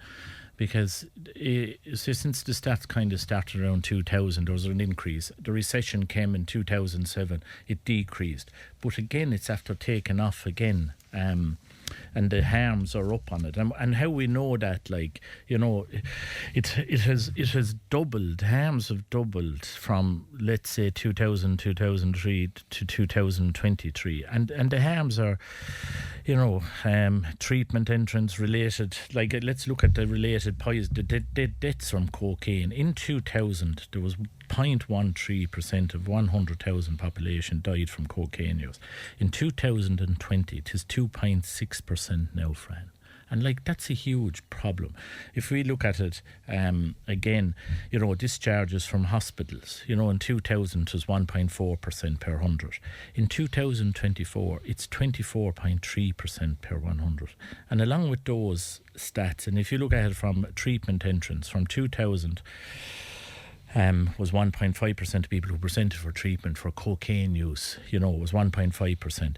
In 2023, that's up to 93.2% of people presenting, and the challenge, we're losing the challenge against cocaine in Ireland, and we hear so much people now that, they're taking it, friends of the family, people, and it's normal in sporting circles, all these, and, it's worrying because to me, when I hear that, it's becoming acceptable. It's like having a cup of coffee. Yeah. It's like having a cup of tea.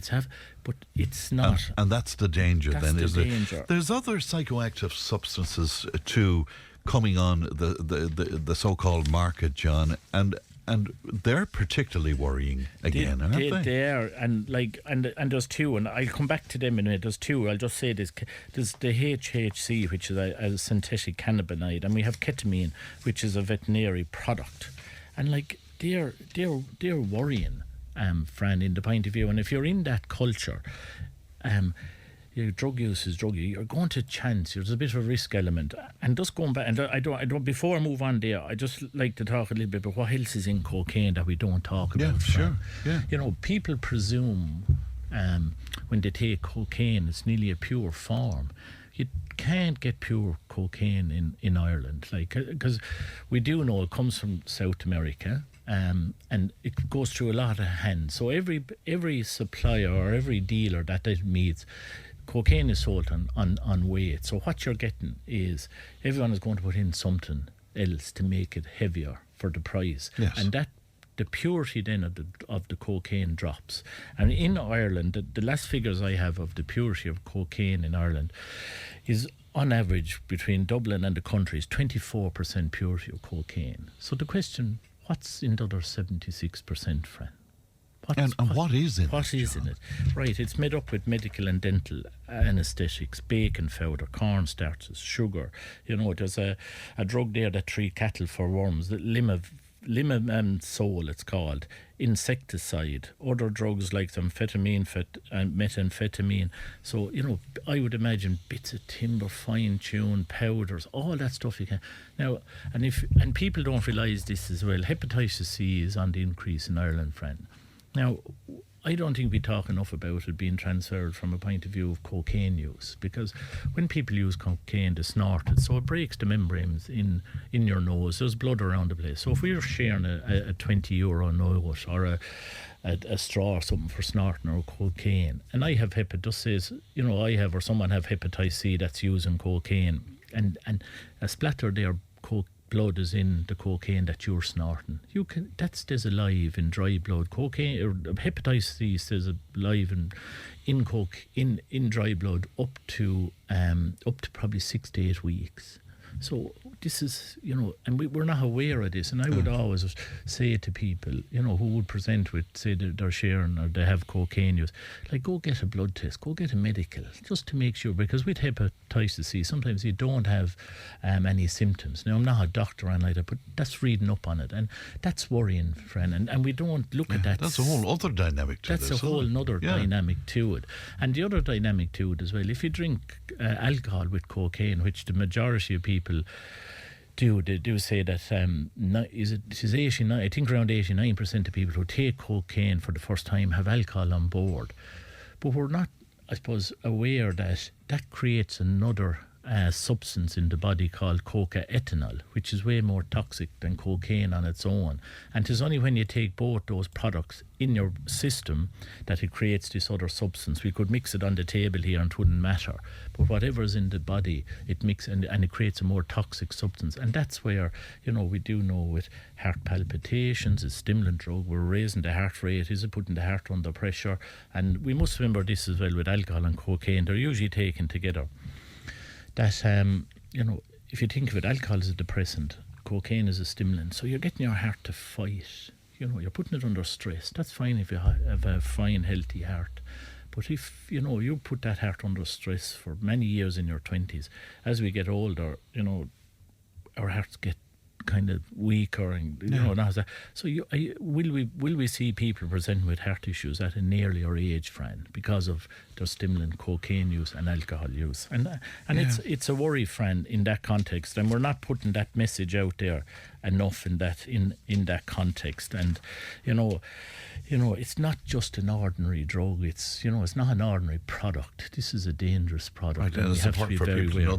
You touched on those other psychoactive active substances then as well, John. Are you hearing more about these kind of ketamine type? Yeah, the ketamine. That's basically a horse tranquilizer. You know what I mean? And it alters our perception. It alters how we are, and it is an anaesthetic. So, and it's a strong idea. That's becoming more and more popular among people taking it. And what the result of that is what? Hospitalisation? Like sensory, mind-altering scenarios in the point of view, hallucinations. Your mind is tripping. It's seeing colours differently. It's hearing things differently. We could be having a conversation, but you're hearing way different tones and all that kind of stuff. So, and people chase that. They think it's, that's the thing. And then the other worrying thing, I think, is the HHC within the cannabis, let's say, storyline or life, in the context that, the HSC now have been used widely within the vapes and disposable vapes. And what it is, it's a synthetic cannabis, basically. It's a synthetic cannabinoid. And I've been saying this the whole time around the cannabis, Fran. 25 years ago, cannabis and the potency of cannabis was probably around, the THC, the main product in it, was probably around 4 to 6%. Now with this HHC, the report, the potency of the THC in is up to nearly 40% or plus. Wow. And it's leaving permanent damage to young brains, and people don't know that. And again, we need more education and more awareness and more resources out there to help concerned persons, because the vaping in it now has increased this use of this product as well, and it's a liquid. It's very potent. Young people think it's a bit of cannabis. I have had family members, parents, and concerned persons. Sure, look, I smoked a bit of cannabis back in my day, but this is a different product. This product is multiple times more potent than the weed that you would have smoked back 25 or 30 years ago. And we don't see that, and it is leaving permanent effects. And the problem with it is, like any drug, it's addictive. If you start creating a habit, start using something regularly across the board, your body wants it and craves it. And that's where addiction comes into it, and that's where you do need support. You cannot stop on your own, Fran. We were talking off air about the unscrupulous people behind the marketing of drugs as well, and the fallout on families as well, John. The fallout is again, it's frightening out there, Fran. And like, you look at the amount of families now that are getting in debt, and the amount of young people that are getting in debt, and then that debt is passing on to the families. And what happens, I believe, in it all, families are afraid to speak out, Fran, right? Now, because they are being intimidated as well, and that's a frightening place, I'd imagine, for any family. But I would say to any family member today, if they're listening in, or user who is in debt with drug dealers, like, go and speak to somebody professionally about it. Go and get help. And there is a lot of support. You take our services out there, but there is a Drive Intimidation national campaign now as well, and there's a Garda nominated inspector in every county that deals specifically with drive intimidation, with drug intimidation. It's called the Drive Intimidation Programme. Google it in, go on the website, contact your local service. They will be aware of it. And didn't that they will fix the debt. We must remember this, but they will support you. They will give you options. You're a safeguard for them. You're not dealing with this on your own. And like, we have loads of family members come back when, unfortunately, some young person decide that will die by suicide. And a lot of them, we've heard that they're in debt. The young person is in debt themselves, and obviously what's going on in their head, they probably think, if I die by suicide, the debt will die with me. That's not the case. And I would say that to any young person thinking that this morning, don't look at the option of suicide. There's way better options out there. Talk to somebody, talk to your family, talk to, a good friend, talk to someone you trust, and share that thought. There is help out there. There is help. And we have seen that, unfortunately, someone has taken their own life, and then the parents are targeted. And they turn up at the dealers, they turn up the week after they turn up the week after the funeral, looking, because your son or daughter died, that doesn't mean the debt is died with. If people are looking for advice, John, or looking for more information, and here's some, and what I say, I get this a lot, Fran.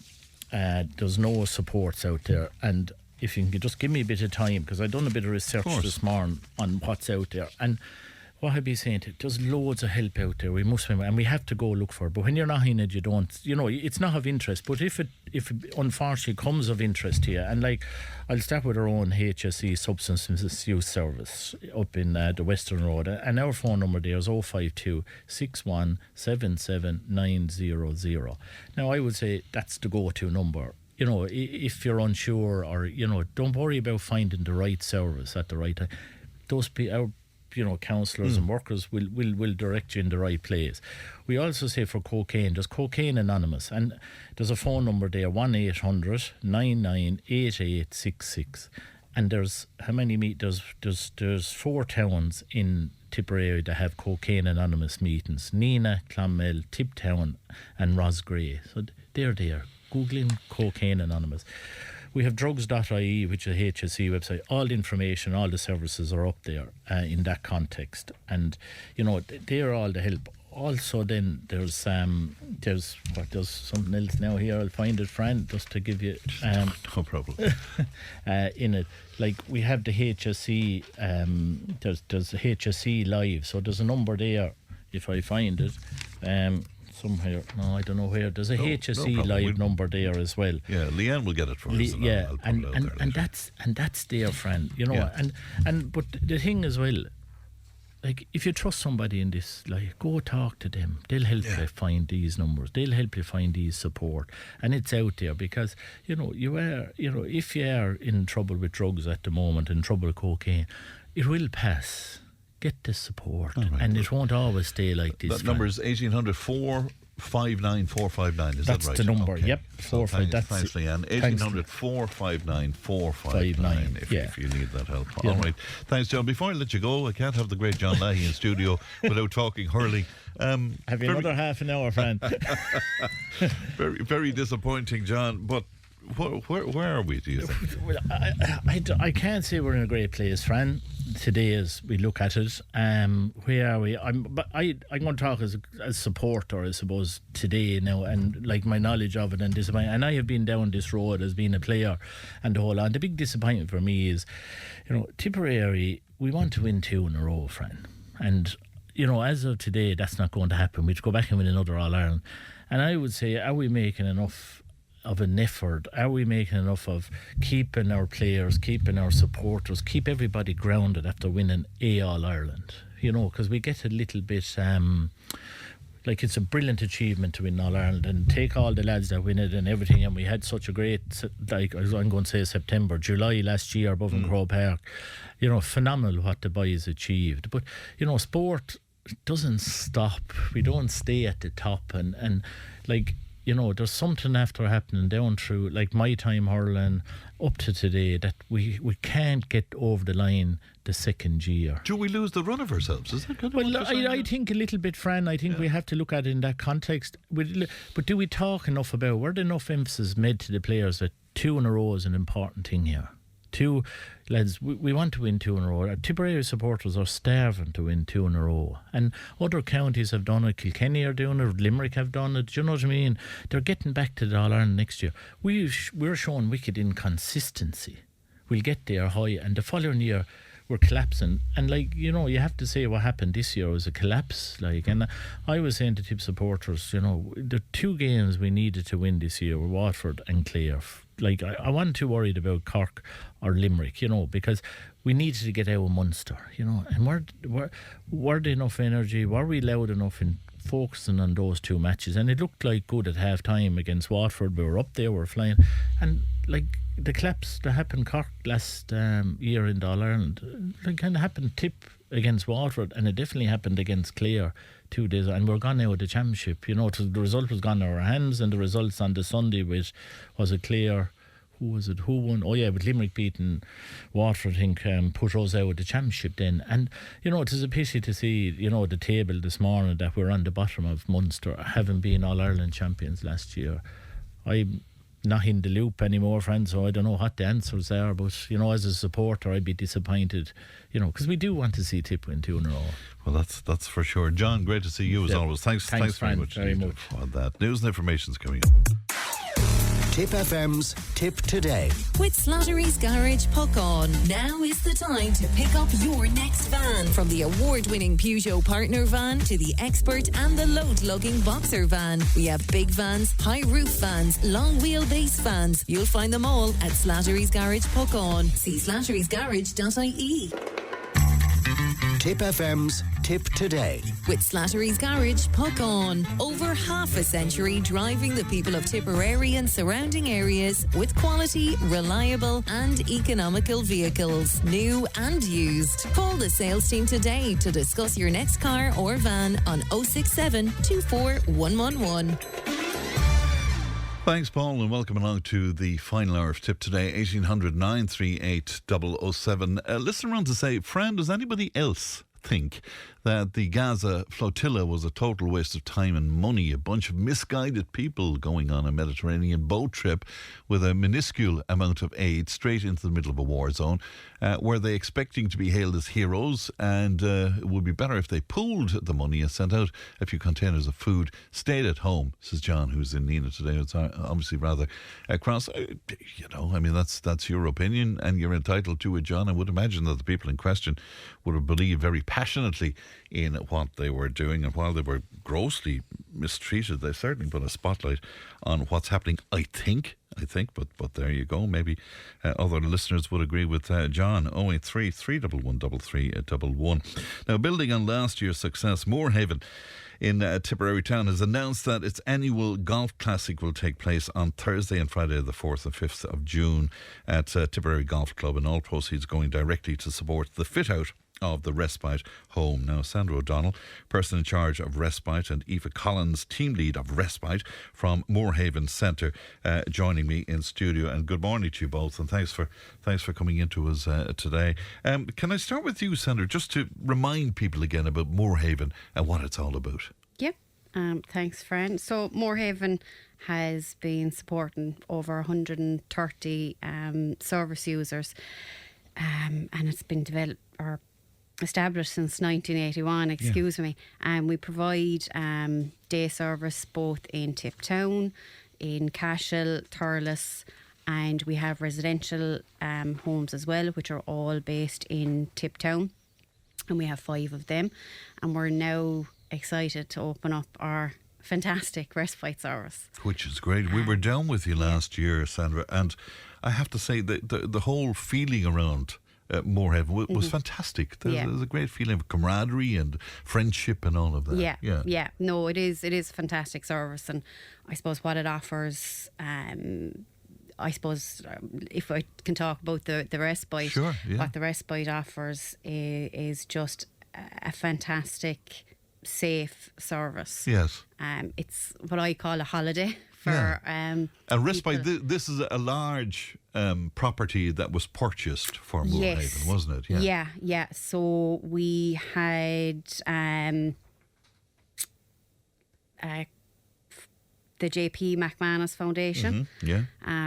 So they helped fund the purchase and the renovation of the property, and then we had our own fundraiser committee and the golf classic. So from last year, the proceeds went to the fit out of the Respite property, and this year is again the money is going towards the fit out. Very good. Of course, all of this, Aoife, is all very expensive, so fundraising is vitally important. It is very expensive, as you can imagine. A 4,000 square foot property to fit out.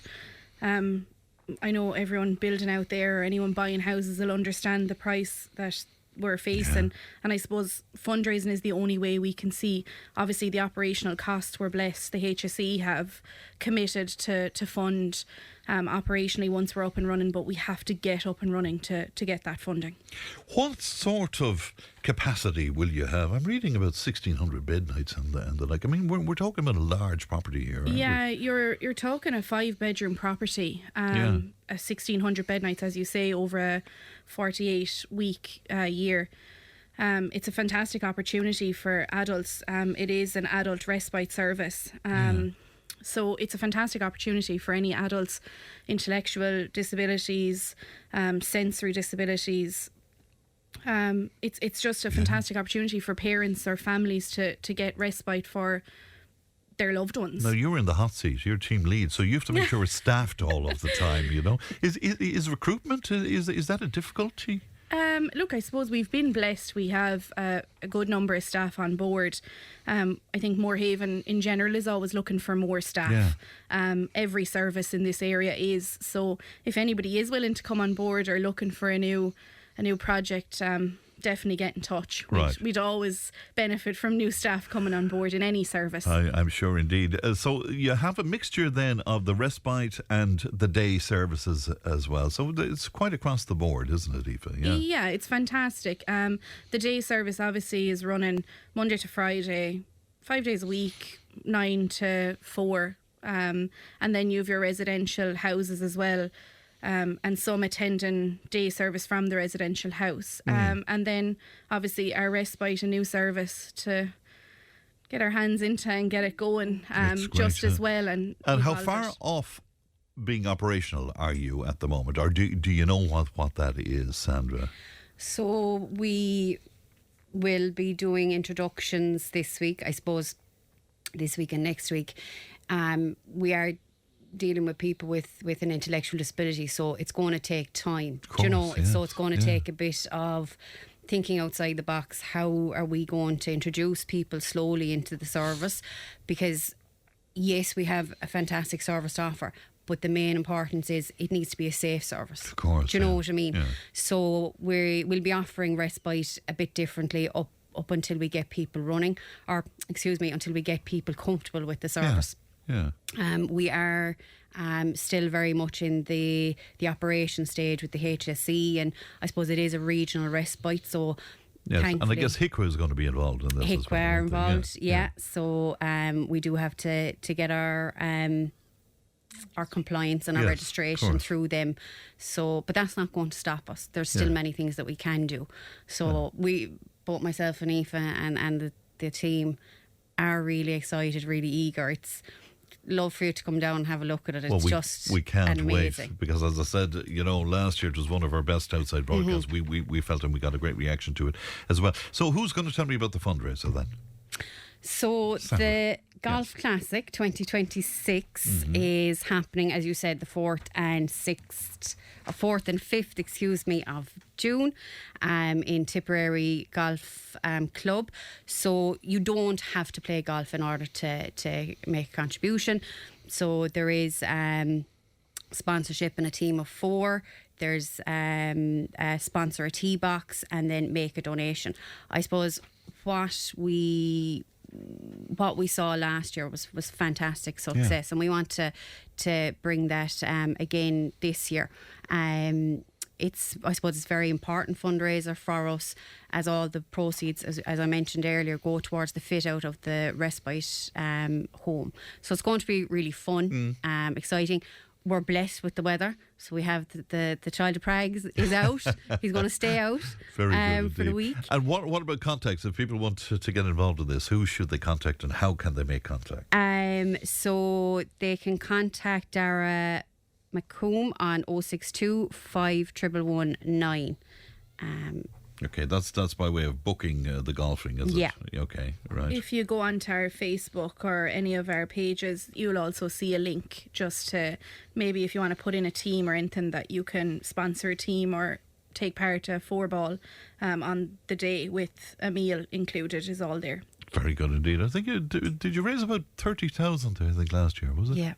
Which is fantastic. Yeah. So you'd like to even better that, I would imagine. We would, and no doubt everyone has been absolutely fantastic. As I said last year with their donations, and the public are very, very good to us, to be fair. Excellent, and well done to the JP McManus Fund as well for helping. Of course, the property is called The Beaches, is it? That's what it's called. I believe it's gorgeous. It's a stunning property, It's gorgeous, okay. How do you do what you do, guys? I mean, is it tough work? Is it difficult work? I think is every it rewarding every work? job is tough. Yeah. And that's the way you look at it. But I suppose you get massive reward from our job. Yeah. And seeing people happy and content and comfortable and safe in an environment where they can be themselves. Yes. And we're offering people that opportunity, and to be a part of that is immense. Yeah, and that's what we got from our visit down there as well. Yeah. There was that family almost like feel to the Yeah. whole thing, which was great. Yeah, no, it is fantastic. All right, well done indeed. So that phone number again is 062 51119, isn't it? Yeah. Okay, if you want to book for the golf. But if you want to make a contribution, you can do that through social media, I guess. Yeah, Yeah, you'll find and the I link. suppose there is, just to mention as well, there is the Monster raffle in conjunction with the Vintage Show, which is the 21st Tell me about the Vintage Show now. We didn't mention that. Yeah, when is the Vintage Show happening? The 21st of June, Fran, and there is a Monster raffle to name a few prizes. There is bed and breakfast with evening meal in the plaza. There is a TV, many other prizes. Very good more. indeed. Yeah. And the Vintage Show, is that in Tipperary Town or is that in the racecourse? That is in Tipperary Town. Tipperary Yeah, Town. yeah. All right, okay. Well, when we find out more about that, we'll be happy Yep. to tell people about it. It's lovely to see you both, and thanks for coming in to us. Even if you were both divas and demanding to be sitting beside each other with the microphones and everything. Thanks, Fran. Yeah. Lovely to see you both. Thank you so Thank much you. indeed. Thank you. Thank you. Sandra O'Donnell and Aoife Collins there from Moorehaven. We'll take a break. We're back with more in just a moment. Tipp FM's Tip Today. With Slattery's Garage Puck On. Now is the time to pick up your next van. From the award-winning Peugeot Partner van to the Expert and the load-lugging Boxer van. We have big vans, high roof vans, long wheelbase vans. You'll find them all at Slattery's Garage Puck On. See slatterysgarage.ie. Tipp FM's Tip Today. With Slattery's Garage Puck On. It's time to change. Test drive the award-winning range of Peugeot hybrids and fully electric vehicles at Slattery's Garage today. See slatterysgarage.ie. Now, Leanna's with me. You've been busy this morning, haven't Good you? morning, Fran. Good And morning. you brought the sun back with you. So we'll give you credit where credit's due for that one. It is absolutely It's gorgeous out there, isn't roasting. it? Yeah. But it's very busy. Thank God people are still on their phones with the heat because they're bringing them outside with them. Yeah, so well, thanks we're be happy God to have for them. that, yeah. But we've had a lot of calls in. Myself and Stephen looked at Should I Marry a Murderer last week. Yes. We left it on a bit of a cliffhanger. She didn't find the bike. We've had a few calls in this morning wanting to know if Dr. Caroline Moorhead in the Netflix documentary found the bike. She didn't find the bike. See, I didn't see the doc now, you see. That's the trouble. Yeah. Okay. So it was the Netflix series that came out, Should I Marry a Murderer? Okay. And she got into a relationship with a guy on Tinder, and it turned out him and his twin brother had actually hit someone with their car. Wow. They got charged with murder. Oh, listen, I did see Yes. it. It's absolutely fantastic. Yeah. There's so many people are calling it by loads of different names, but the Yes. official name is Should I Marry a Murderer? Okay, But right. she didn't find the bike. We've had a lot of calls in I told the story last week how when she was meant to go to the trial to be the witness, instead she took off up the mountains and robbed a tractor. Yeah, I mean, I didn't find her completely believable about some of the stuff. That's kind of come out over the weekend. People seem to be watching it a few times and kind of dissecting it. But I had a couple of calls in. I had Joe in Tipp Town. I had Thomas in Thurles. Yeah. She didn't find the bike. That was the big cliffhanger That's from big the end of last cliffhanger week. indeed, yeah. But I mean, even after reporting your man to the police, she still went and partied with them. And She lived with him for 6 months then up in the estate. I was telling Stephen last week and he hadn't seen it, and I wish we had a camera here sometimes. His face as we got through the story, I'd say he was thinking, is Leanne making this one up? Like you couldn't write it. And later in the week we might actually have a look at The Crash. Okay. So it's the next big documentary that's come out, so you have a bit of homework now. The Crash. Did I say that? Just remind me what that's about again. It's about a young girl who was driving a car with her boyfriend and his friend. She drove it into a wall. I saw it. You saw it? Oh, saw it. brilliant. So I we'll saw have a it. deep dive into that later in the week. No, that's really an incredible story. That's really, if you think that And the footage they had And of the actual crash. and the sound effects. Oh, my God. And another big thing coming into it is the flotilla. The flotilla, yeah. A lot of people very unhappy with President Catherine Connolly's sister's comments on the Irish government's dealing with the situation, especially when a lot of people think, well, you're home because of them. Yeah. And a lot of the people on board have spoken out about where they went to college, the government, before they even went, being very critical, and then in the end needed the help getting home. Yeah, it's a device. Well, I'm looking at the screen in front of me here, and there's quite a lot of people. It was John and Nina who came on to us about it originally, and then loads of people agreeing with him actually. So maybe it's something we'll tease Yeah, out it's something that a lot of people are very, very heated about, and a lot of people saying, would you ever believe in something that much to put yourself at risk like that? And I know Joe Leahy was on panel on Friday and he said no. But did they not achieve what they set out to achieve? When you think about it now, I know the way they were treated was absolutely dreadful. They were never going to make it to Gaza anyway. They wanted to put a spotlight on the conversation. They certainly managed to do that. Definitely. But I think they may have bit off a bit more than they could chew in terms of how traumatised they were. Exactly. And I think that's that idea. We've become so desensitised because of what we see on social media, even during all the Islamic problems and the videos that were going up at the time in the last 5 years. A lot of people seem tuned out from the reality of things, and then when they're actually there and experiencing this, it's you can't prepare yourself, and your body can't go through that kind of trauma without long-term impacts. Interesting indeed. All right, if you want to talk to Leanne, it's 1800 938 007. I can't believe that for a change I'm up on the documentary. Yeah, you're up on it, and there's so many good ones coming out at the moment. But I can never remember the proper names for them for some reason or other. But there you go. All right, thanks very much indeed for that, Leanne. By the way, if I can recommend a book to anybody out there, if you're a media and broadcast kind of anorak as we are, do have a read of Shane Ross's book on RTE. That's another thing you've later in the week, Fran. Oh, you've organised it? Yeah, so we're in the process of getting it set in stone. So if anyone out there is listening, have a read of it before we do the piece later in the week. All right, very good. Because it's interesting, they won't talk to him in RTE about it. Yeah, that's the thing. Yeah. So anyway, there you go. Leanne, thanks for that. 1800 938 007. Now, on this week's episode of Tipp FM Investigates Building Tipperary, Donald Doyle is talking to the Cathaoirleach of Tipperary County Council, John Carroll, and Director of Services for Roads, Liam Brett, about the €30 million project to take out a series of dangerous bends on the main Thurles to Nina Road at Latera outside of Borrisalee. And we have good news on the progress, if not the disruption. Tipp FM Investigates, funded by the News Reporting Scheme. Building Tipperary. On our first episode in this Building Tipperary series, we looked at one of the biggest stories and infrastructure projects in the county, how the badly needed Thurles bypass was on and off the national agenda and now back on again after a successful campaign to get it back into the National Development Plan. Obviously, the NDP is crucial for the development of the country and to Tipperary, where we now have 5 projects included. I sat down with the Director of Services for Roads with Tipperary County Council, Liam Brett, to talk about the NDP in general and in particular the subject of today's feature on the realignment of the notorious Latera bends. We have thankfully 5 National Development Plan projects, all of which are funded at this point in time. That is progress from previous years. So in 2024 and in 2025 we had 4 projects on the National Development Plan. At that point in time only 3 of them were funded through the design life cycle. Thankfully, in November of 2025, there was a new National Development Plan, or the sectorial plan for transportation, which is a part of the National Development Plan, was announced, and as part of that, a 5th project was named.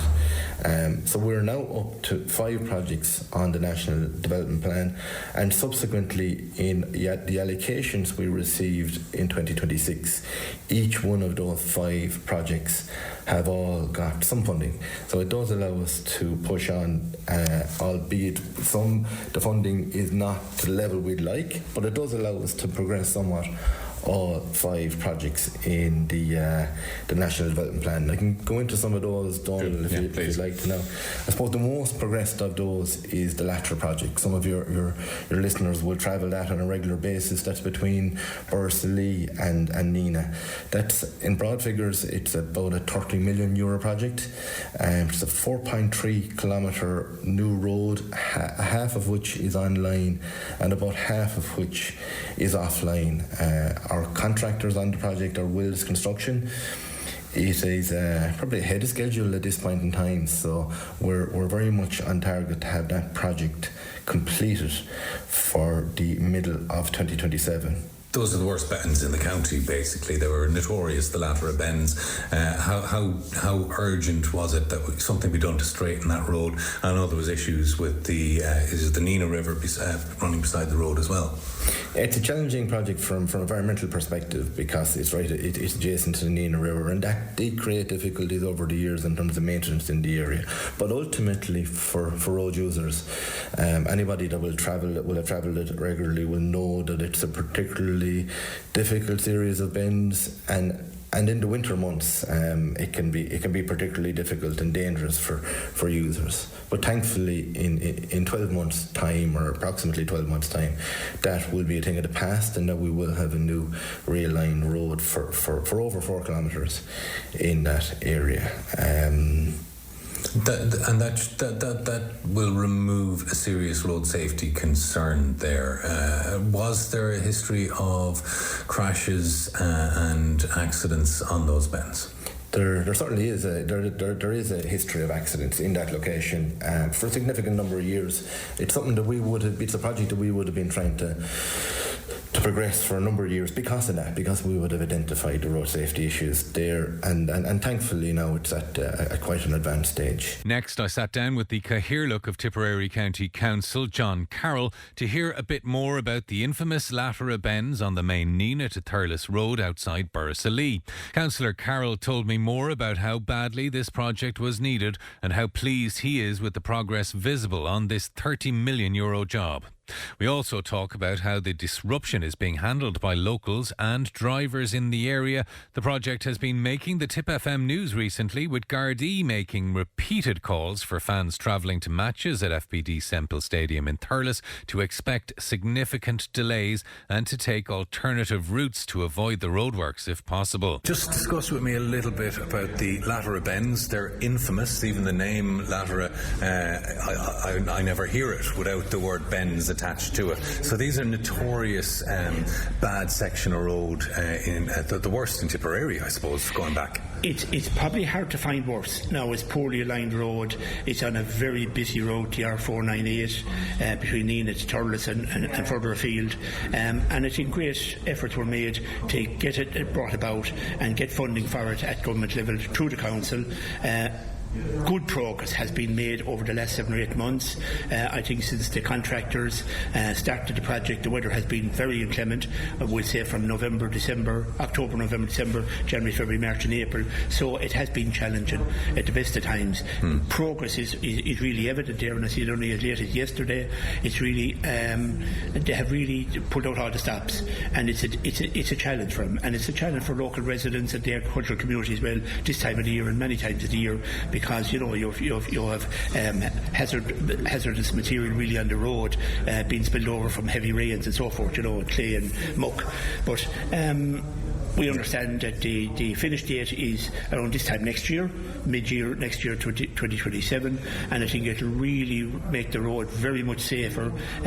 People will be able to get from A to B, or from Nina to Leahy, Thurles or wherever, Templemore, in an efficient manner, without suffering too many delays, or more importantly, without having a fear of great danger in terms of the nature of the poorly aligned section. And there was a history of crashes there, John, was there? Yes, and you had the river at one side and you have the mountain pass at the other side. So again, there's challenges to get through that. The contractors getting through it, and the local community are being very patient. And I think the contractor, I see him cleaning roads on a regular basis. We'd like him to do more, but when you have very inclement weather, not easy at all times. So you have to try and understand both sides. But credit to the local authority here. We pulled out all the stops and we got the funding for it through government level, and it was a significant amount of money.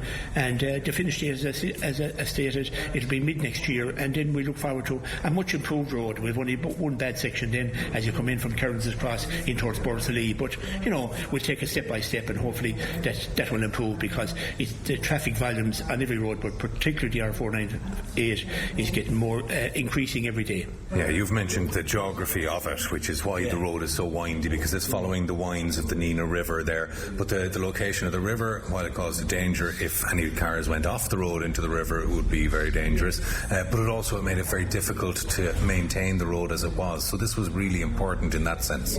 Yes, because there was a number of cars went in, and luckily enough at the time there was no fatalities, because maybe the river wasn't in high flow, it could be in low flow. And again, it's a very important river for fish spawning. We have to appreciate that in terms of the water quality, and it's a rich spawning river feeding into the River Shannon, and it's important in so many ways. But the challenge is we have to provide a skew bridge going in, as again, that's difficult. It's slower, it's more costlier, and again, as I said, you have the mountain pass at the other side, so it's a difficult terrain, but you're getting through it with as expeditiously as possible.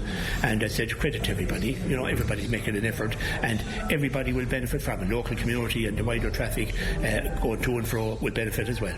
Yeah, and look, the new layout, people will notice it when it's in there. It'll be a much better job. Oh yes, we won't know ourselves, but it's important that we don't lose. At the end of the day, we get efficiently from A to B, but we don't excessively speed. And again, it goes back to a small number of people. When you think you improve the road networks, it means we can go faster now. You can drive with care.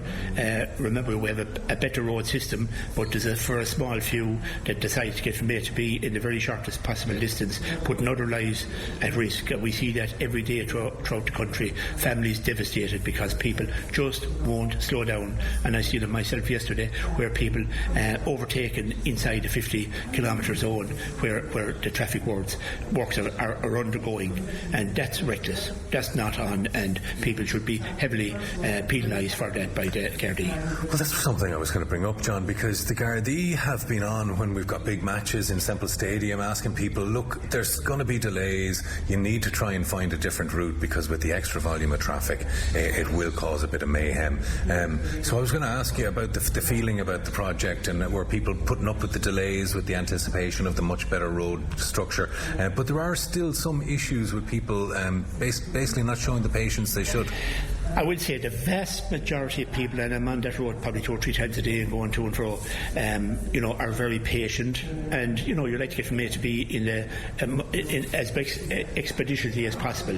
But there is a tiny minority of people decide, I'm going to go from A to B in the very shortest possible time, and I'm going to do whatever that takes, and that's putting other people's lives at risk. And whether people can sit there in unmarked care or whatever the case may be, but those people should be brought to book. And as I said, you see them on a daily basis where they're overtaken at very dangerous locations, putting families, your human beings, at their lives at risk. And we see it on a daily basis, sadly. That a small number, tiny minority, decide to be selfish, and they're going to get from whatever in the shortest possible time frame, putting people at great danger. The ownership rests with ourselves. We can ask the Gardaí to do more, but at the end of the day, the responsibility lies with the person who's driving. You drive in an appropriate manner. We're all under pressure at times, we're all time poor, but you have to be realistic. If you want to protect lives on the road, don't blame somebody else. Look to see what you're doing. Like, often people come to me and say, "Is there what you can do about traffic cam in area X?" And I say, you can stop it yourself. And they don't realise that everybody else is speeding, bar themselves. So we have to look into our roads. So to like the waste management issue, we all have to see what we can do more, whether it is waste management, water quality, our environment in general, and our behaviour on the public roads. That's of paramount importance today and more than ever, because people are time poor. There's a huge extra increase in traffic every day on the roads. So the roads are fast becoming a dangerous place. We all have a duty of care to be more responsible. And finally, John, you mentioned already that it won't take out all the bends on the road into Borrisoleigh there, but are there plans on the back burner for those last remaining bens, or is it that formal yet? It has been raised a number of occasions, I'm sure, with the Thurles area as well, because they come in as far as, we'd say, come out onto the 494 there near Clarence's Cross. But once this particular project is concluded, we certainly will try to address that, and we won't be found wanting. And I think maybe in the very near future we'll start the process again, because it's important. And once we get, we'd say, from Clarence's Cross into the outskirts of Borrisoleigh, I think then we have a pretty good road, and that's between Nina and Borrisoleigh on the way to Thurles, because that's where it's a whole arterial system linkage to mid Tipperary, down south and west Tipperary, and it's important that network is improved at the earliest possible date, taking account of funding parameters. Yeah, and of course, and the traffic coming into Thurles has to go somewhere, but that's for a different episode of this feature. That's another time, another day. So the notorious Latera bends will be no more by next summer on the completion of a massive realignment project, which will be a major improvement on the crucial roadway crossing the county. But there is still another year of disruption ahead while the work continues, and Cathaoirleach John Carroll there appealing to us all to have patience with the work and to stay safe on our roads. Tipp FM Investigates, funded by the News Reporting Scheme. Building Tipperary. Thanks, Donal. I go that way quite a lot, and in fairness, they're managing the disruption pretty well, and I'm fascinated with the enormity of the work that's going on there. It's really incredible. It's worth a look if you're in the area. Lots coming into us on the flotilla, but Matt was on and he said, exactly, Fran, sure, we're talking about the flotilla. The quiet ones at home are essential support, but the flotilla was from the off about raising awareness, and it's done so in spades. And a lot of other listeners onto us about that this morning. But those activists, they did say that they were subjected to violence and psychological torture by Israeli forces while in custody. But the Israeli prison service denied these allegations. But I'm sure you're saying they would, wouldn't they? And all of that. All right, we'll take a break and we'll be back with weather. Tipp FM's Tipp Today. With Slattery's Garage, puck on. It's time to change. Test drive the award-winning range of Peugeot hybrids and fully electric vehicles at Slattery's Garage today. See slatterysgarage.ie. If it matters to you, it matters to us. Call Tipp today on 1-800-938-007. It felt like endless grey skies, chilly temperatures, rain. It seems Ireland's weather is finally about to take a dramatic turn for the better. But how long will this spell of sunshine last? Let's find out. Cathal Nolan from Ireland's Weather Channel joins me now. Good morning to you, Cathal. Very good morning, Fran. Good to join you today. I'm just looking at the weather forecast in front of me here. Warm and dry with long spells of sunshine. Oh, doesn't that sound fantastic? But how long will it last, Cathal?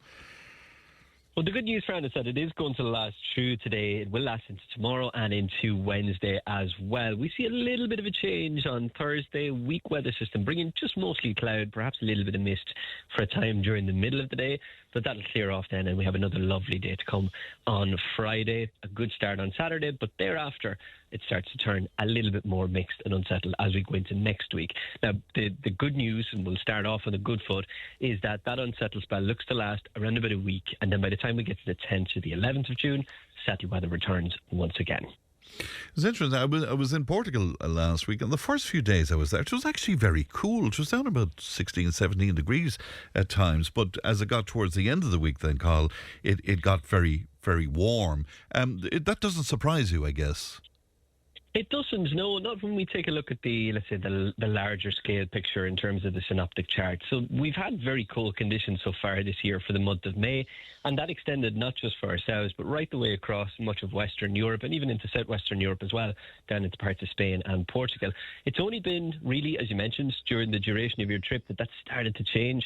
We saw high pressure become more expansive across the Iberian Peninsula, and we got what was called the Spanish plume, and that essentially is this elevated pulse of very warm air that can develop over North Africa and parts of the Iberian Peninsula, hence the name. And then sometimes, when we're lucky, it's advected and pushed up towards us here in Ireland. And that's why we're seeing those really high temperatures at the moment, potentially even pushing towards the all-time May record, which is 28.3 degrees Celsius.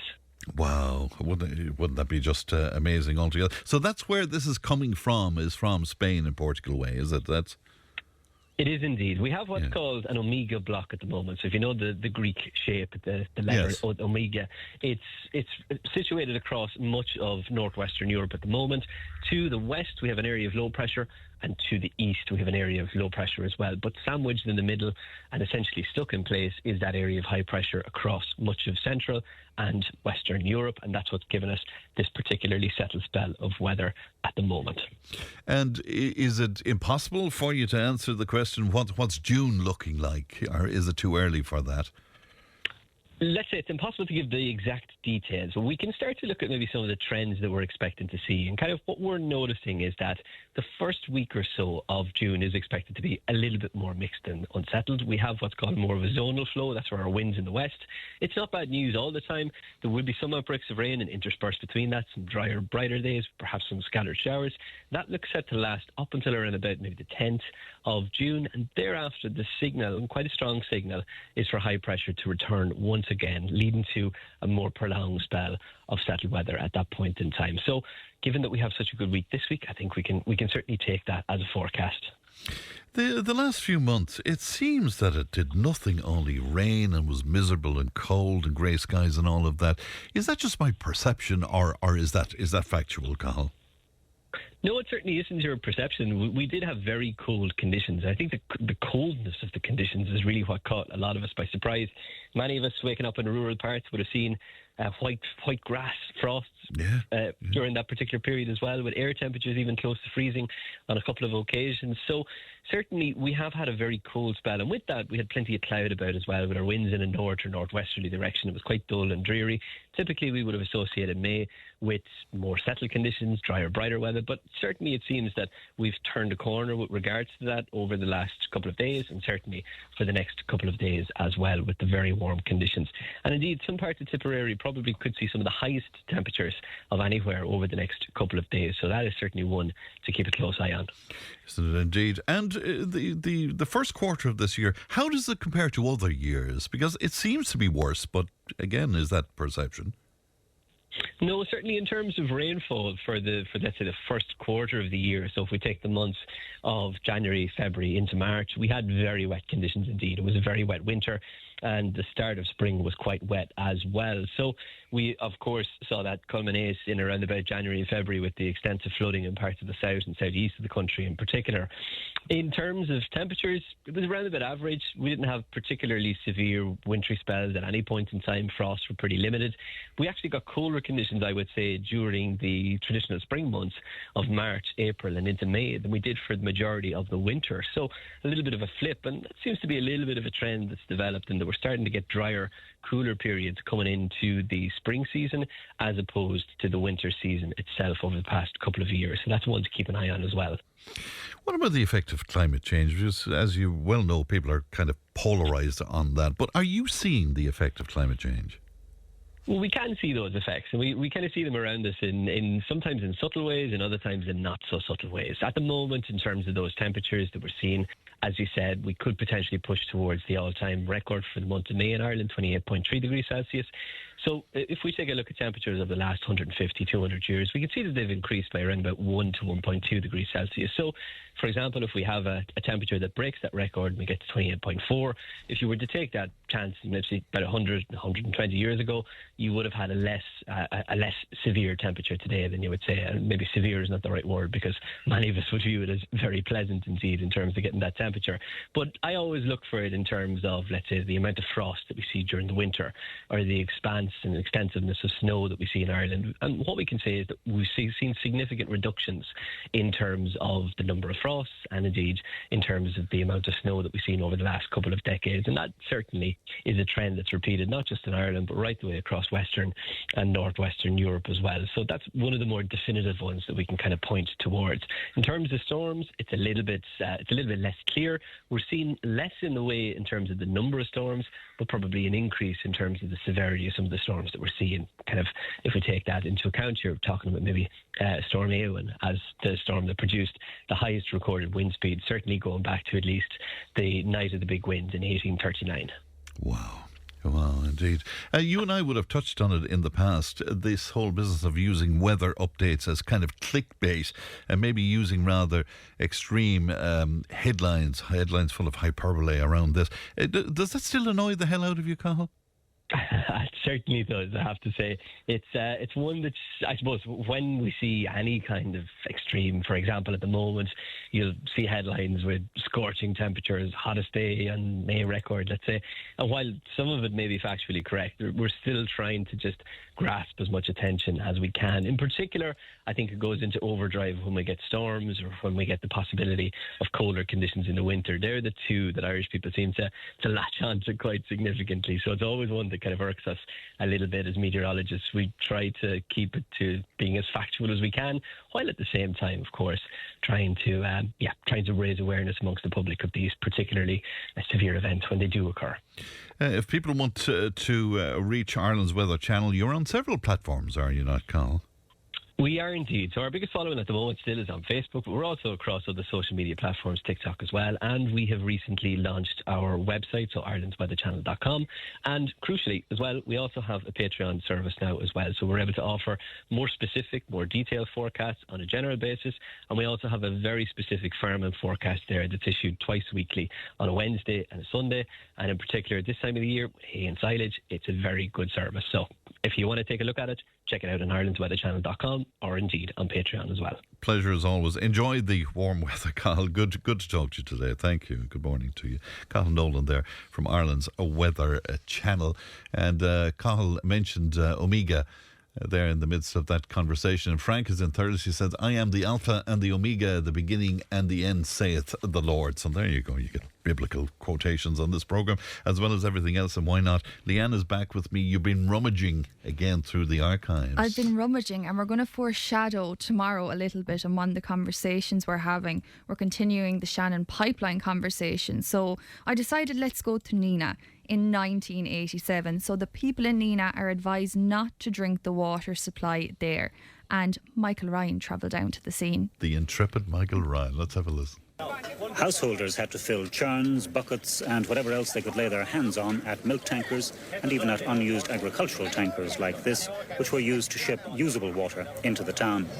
And traditional pumps were back in business as the 6,000 people of Nina tried to deal with the fact that pollution had ruined the town's main supply.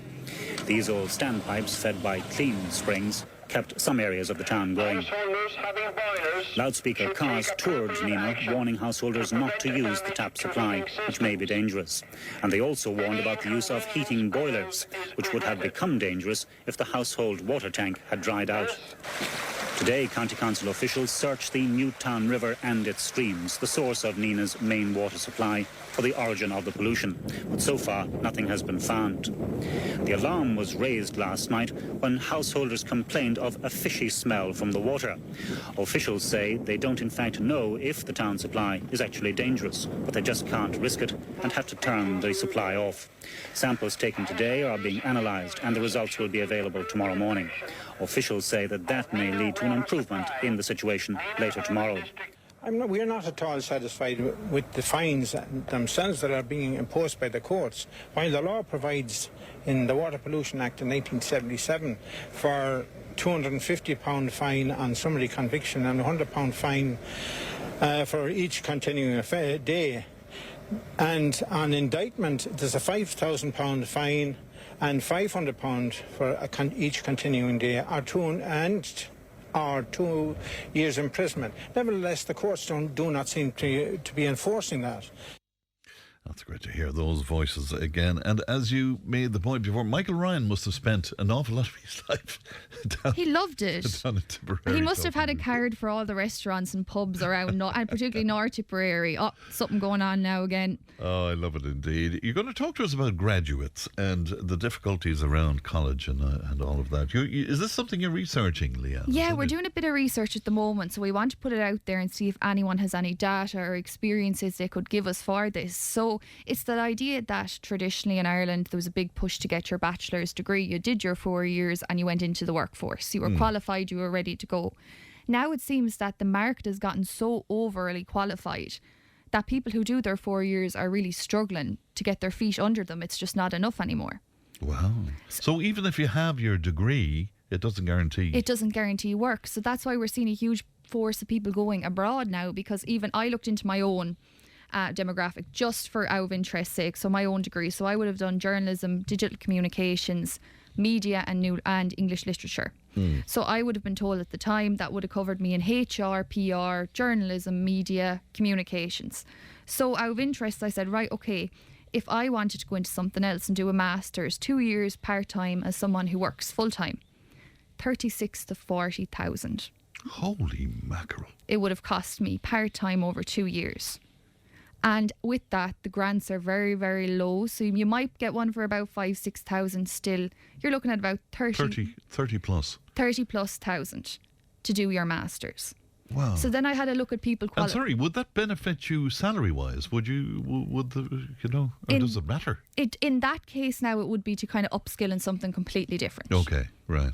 But that idea of even to do a master's in journalism, even though I'm already qualified in journalism, it would still cost me the same amount. That's absolutely So incredible. then I had a look at people who would have graduated in courses like mine where they thought they were qualified to work in HR. You now need a CIPD cert to work in HR. And let me guess, that will cost you as well. That will cost you as well, anywhere from 600 to 2,000 to 3,000 euro. And you can do it over weeks or months. So you're not qualified if you come out without that. Then I looked at the idea of English literature, people in arts that qualify, that pick a subject. So I would have always thought, okay, English, I'm qualified in that if I decided to go down the literature route. I can teach anywhere except Ireland.